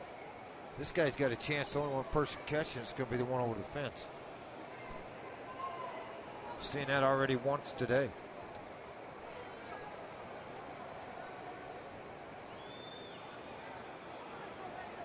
1-1. 2 balls and a strike. Now, how big was that home run by Cargo in the 6th? 4-1 at the time. Cargo stretched out the 6-1, and now it's a little dicier deal. Cargo's had a big day. 3 hits, including that 2-run home run to left. 3-1. They don't have any more left-handers. They've used them all. Goldmentor's going to face whoever he's going to face here, whether it's Tulowitzki that Chip Hale wants him to see, or it's Cargo.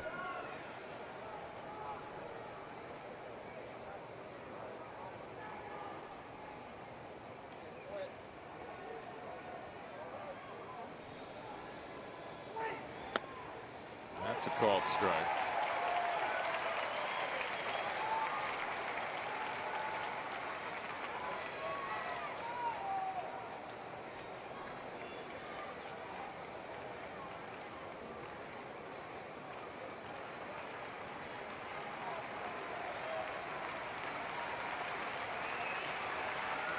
Three and 2 on Tulo.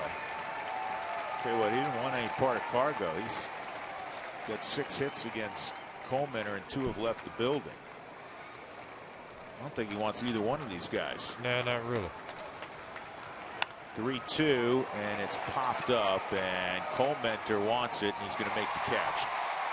That'll end the inning. We'll go to the bottom of the ninth inning. The Rockies 6 and the Diamondbacks 4.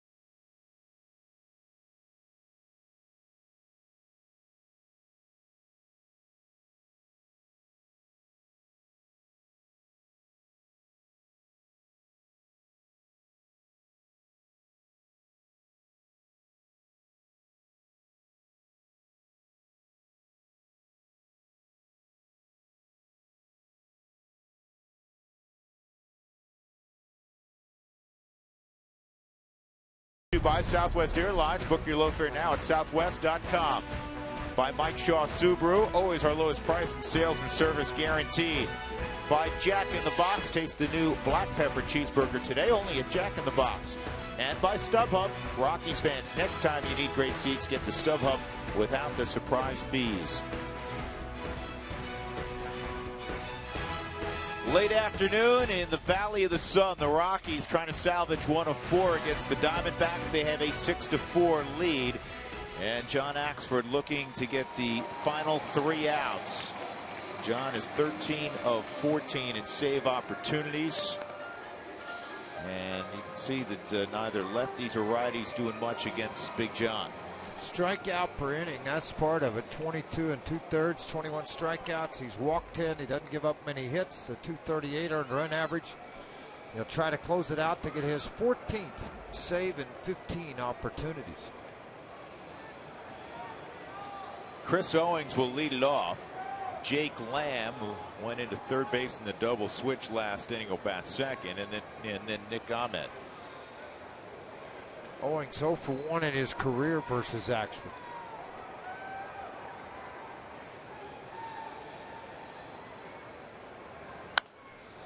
First pitch fastball fouled off, a 94-mile-an-hour heater. Jorge De La Rosa on the plus side. 6 innings, allowed 2 runs on 4 hits. He walked 2, he struck out 6. Ruby De La Rosa has the hook for Arizona. He gave up all 6 runs in 5+ innings. Ruby gave up 4 runs on 6 hits before he recorded an out, then would retire 14 in a row, and then in the 6th inning he couldn't get an out. Cargo hit a 2-run home run in the 6th inning, walked the next man. His afternoon was over. Skip, other than the 1st inning and the 6th inning, I was really good.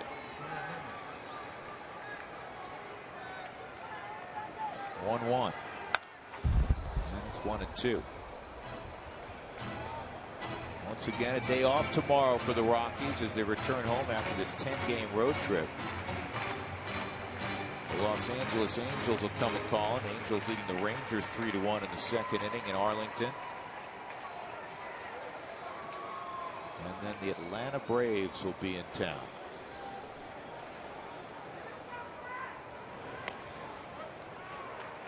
Two and two.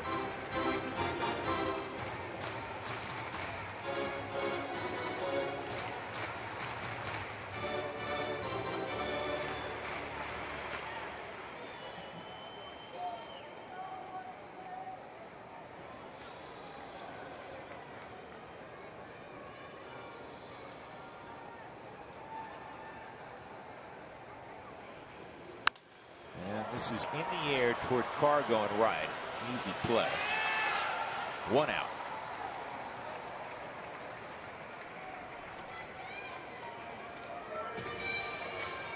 Third baseman, number 19, Jake Lamb.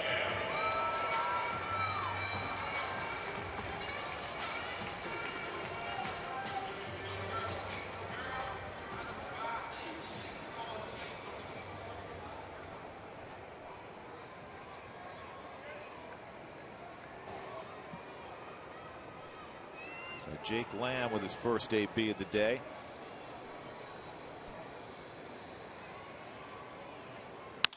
And a ground ball that's fielded by Descalso, and that's all he could do. They had to shift on, so it's a base hit. And that means the tying run comes to the plate in Nick Ahmed.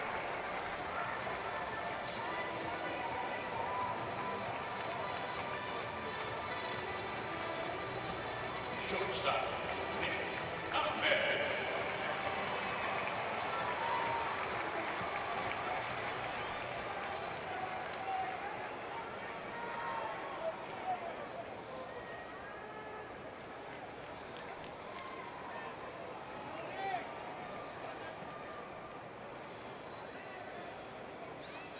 He's got a little pop, 6 home runs this year. A.J. Pollock is on deck.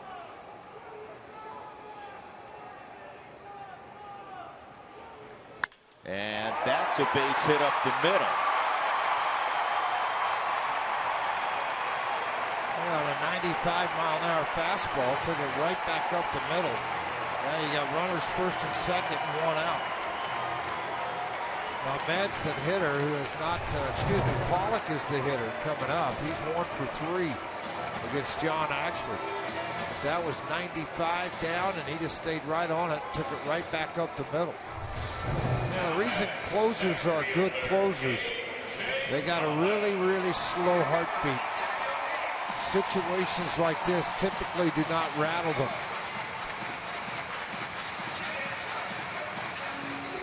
You understand that as a closer, the good ones are successful 90+% of the time. The average guys 80% below. So you know you're not going to have that much success. There are going to be nights you don't have it. There's going to be nights you throw the rotten pitch and you get the double play and you're headed to the plane. Slider on the outer edge for a strike. So now you have the 2 best hitters potentially to face. A.J. Pollock came in at 304. 10 home runs, 38 driven in. And of course, Paul Goldschmidt would be next. 6-4 Colorado, bottom of the 9th.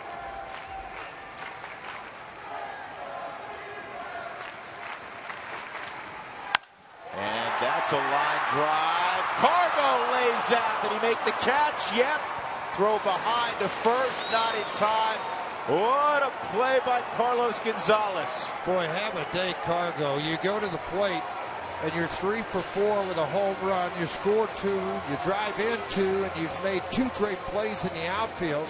This to save runs in the 9th inning. You came in, catches the baseball, and watch the throw from his knee. Paulie can't believe that he caught the ball. But then the reaction off the knees to throw a one-hop bullet right on the bag at first. Boy, man. And I'll tell you what, it's a gutsy play, because if the ball gets by him, George, it's a tie ball game. More than likely. I mean, you got guys backing up, but you guys got running everywhere, too.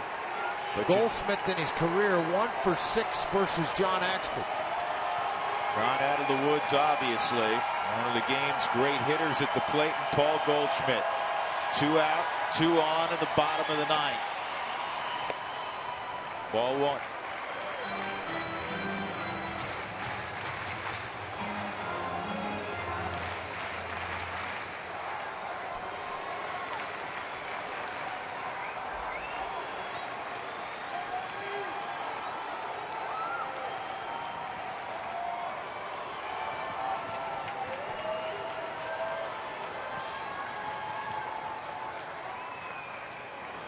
Slider on the outside corner. It's 1-1.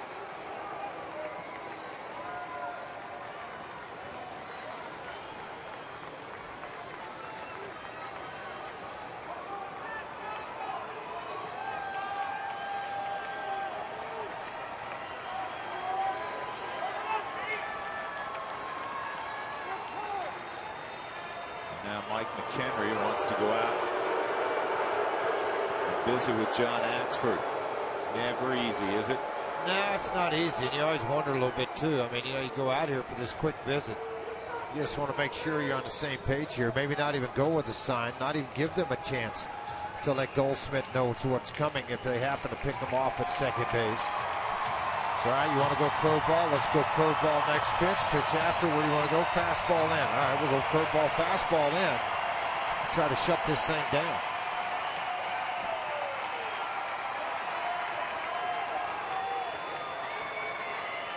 Goldschmidt 1 for 3 and a walk, an RBI double last inning.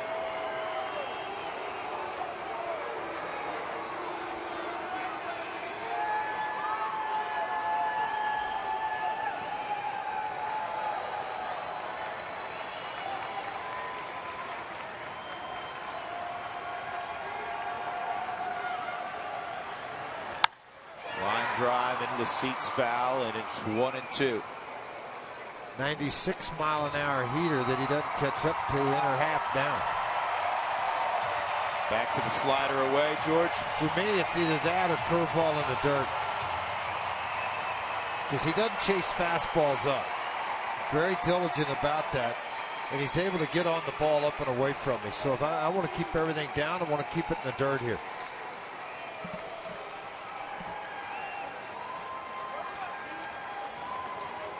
One and two. He's got him, and the Rockies win it 6-4. Axford went heater, and he strikes out Paul Goldschmidt to end it with 2 aboard. And the Rockies snap a 4-game losing streak. And Jorge De La Rosa wins for the first time at Chase Field in his career. He just blew it by him at 96 miles an hour. So the Rockies win it 6-4. De La Rosa gets his 6th victory of the year, his first ever at Chase Field, and he beats Ruby De La Rosa in the process.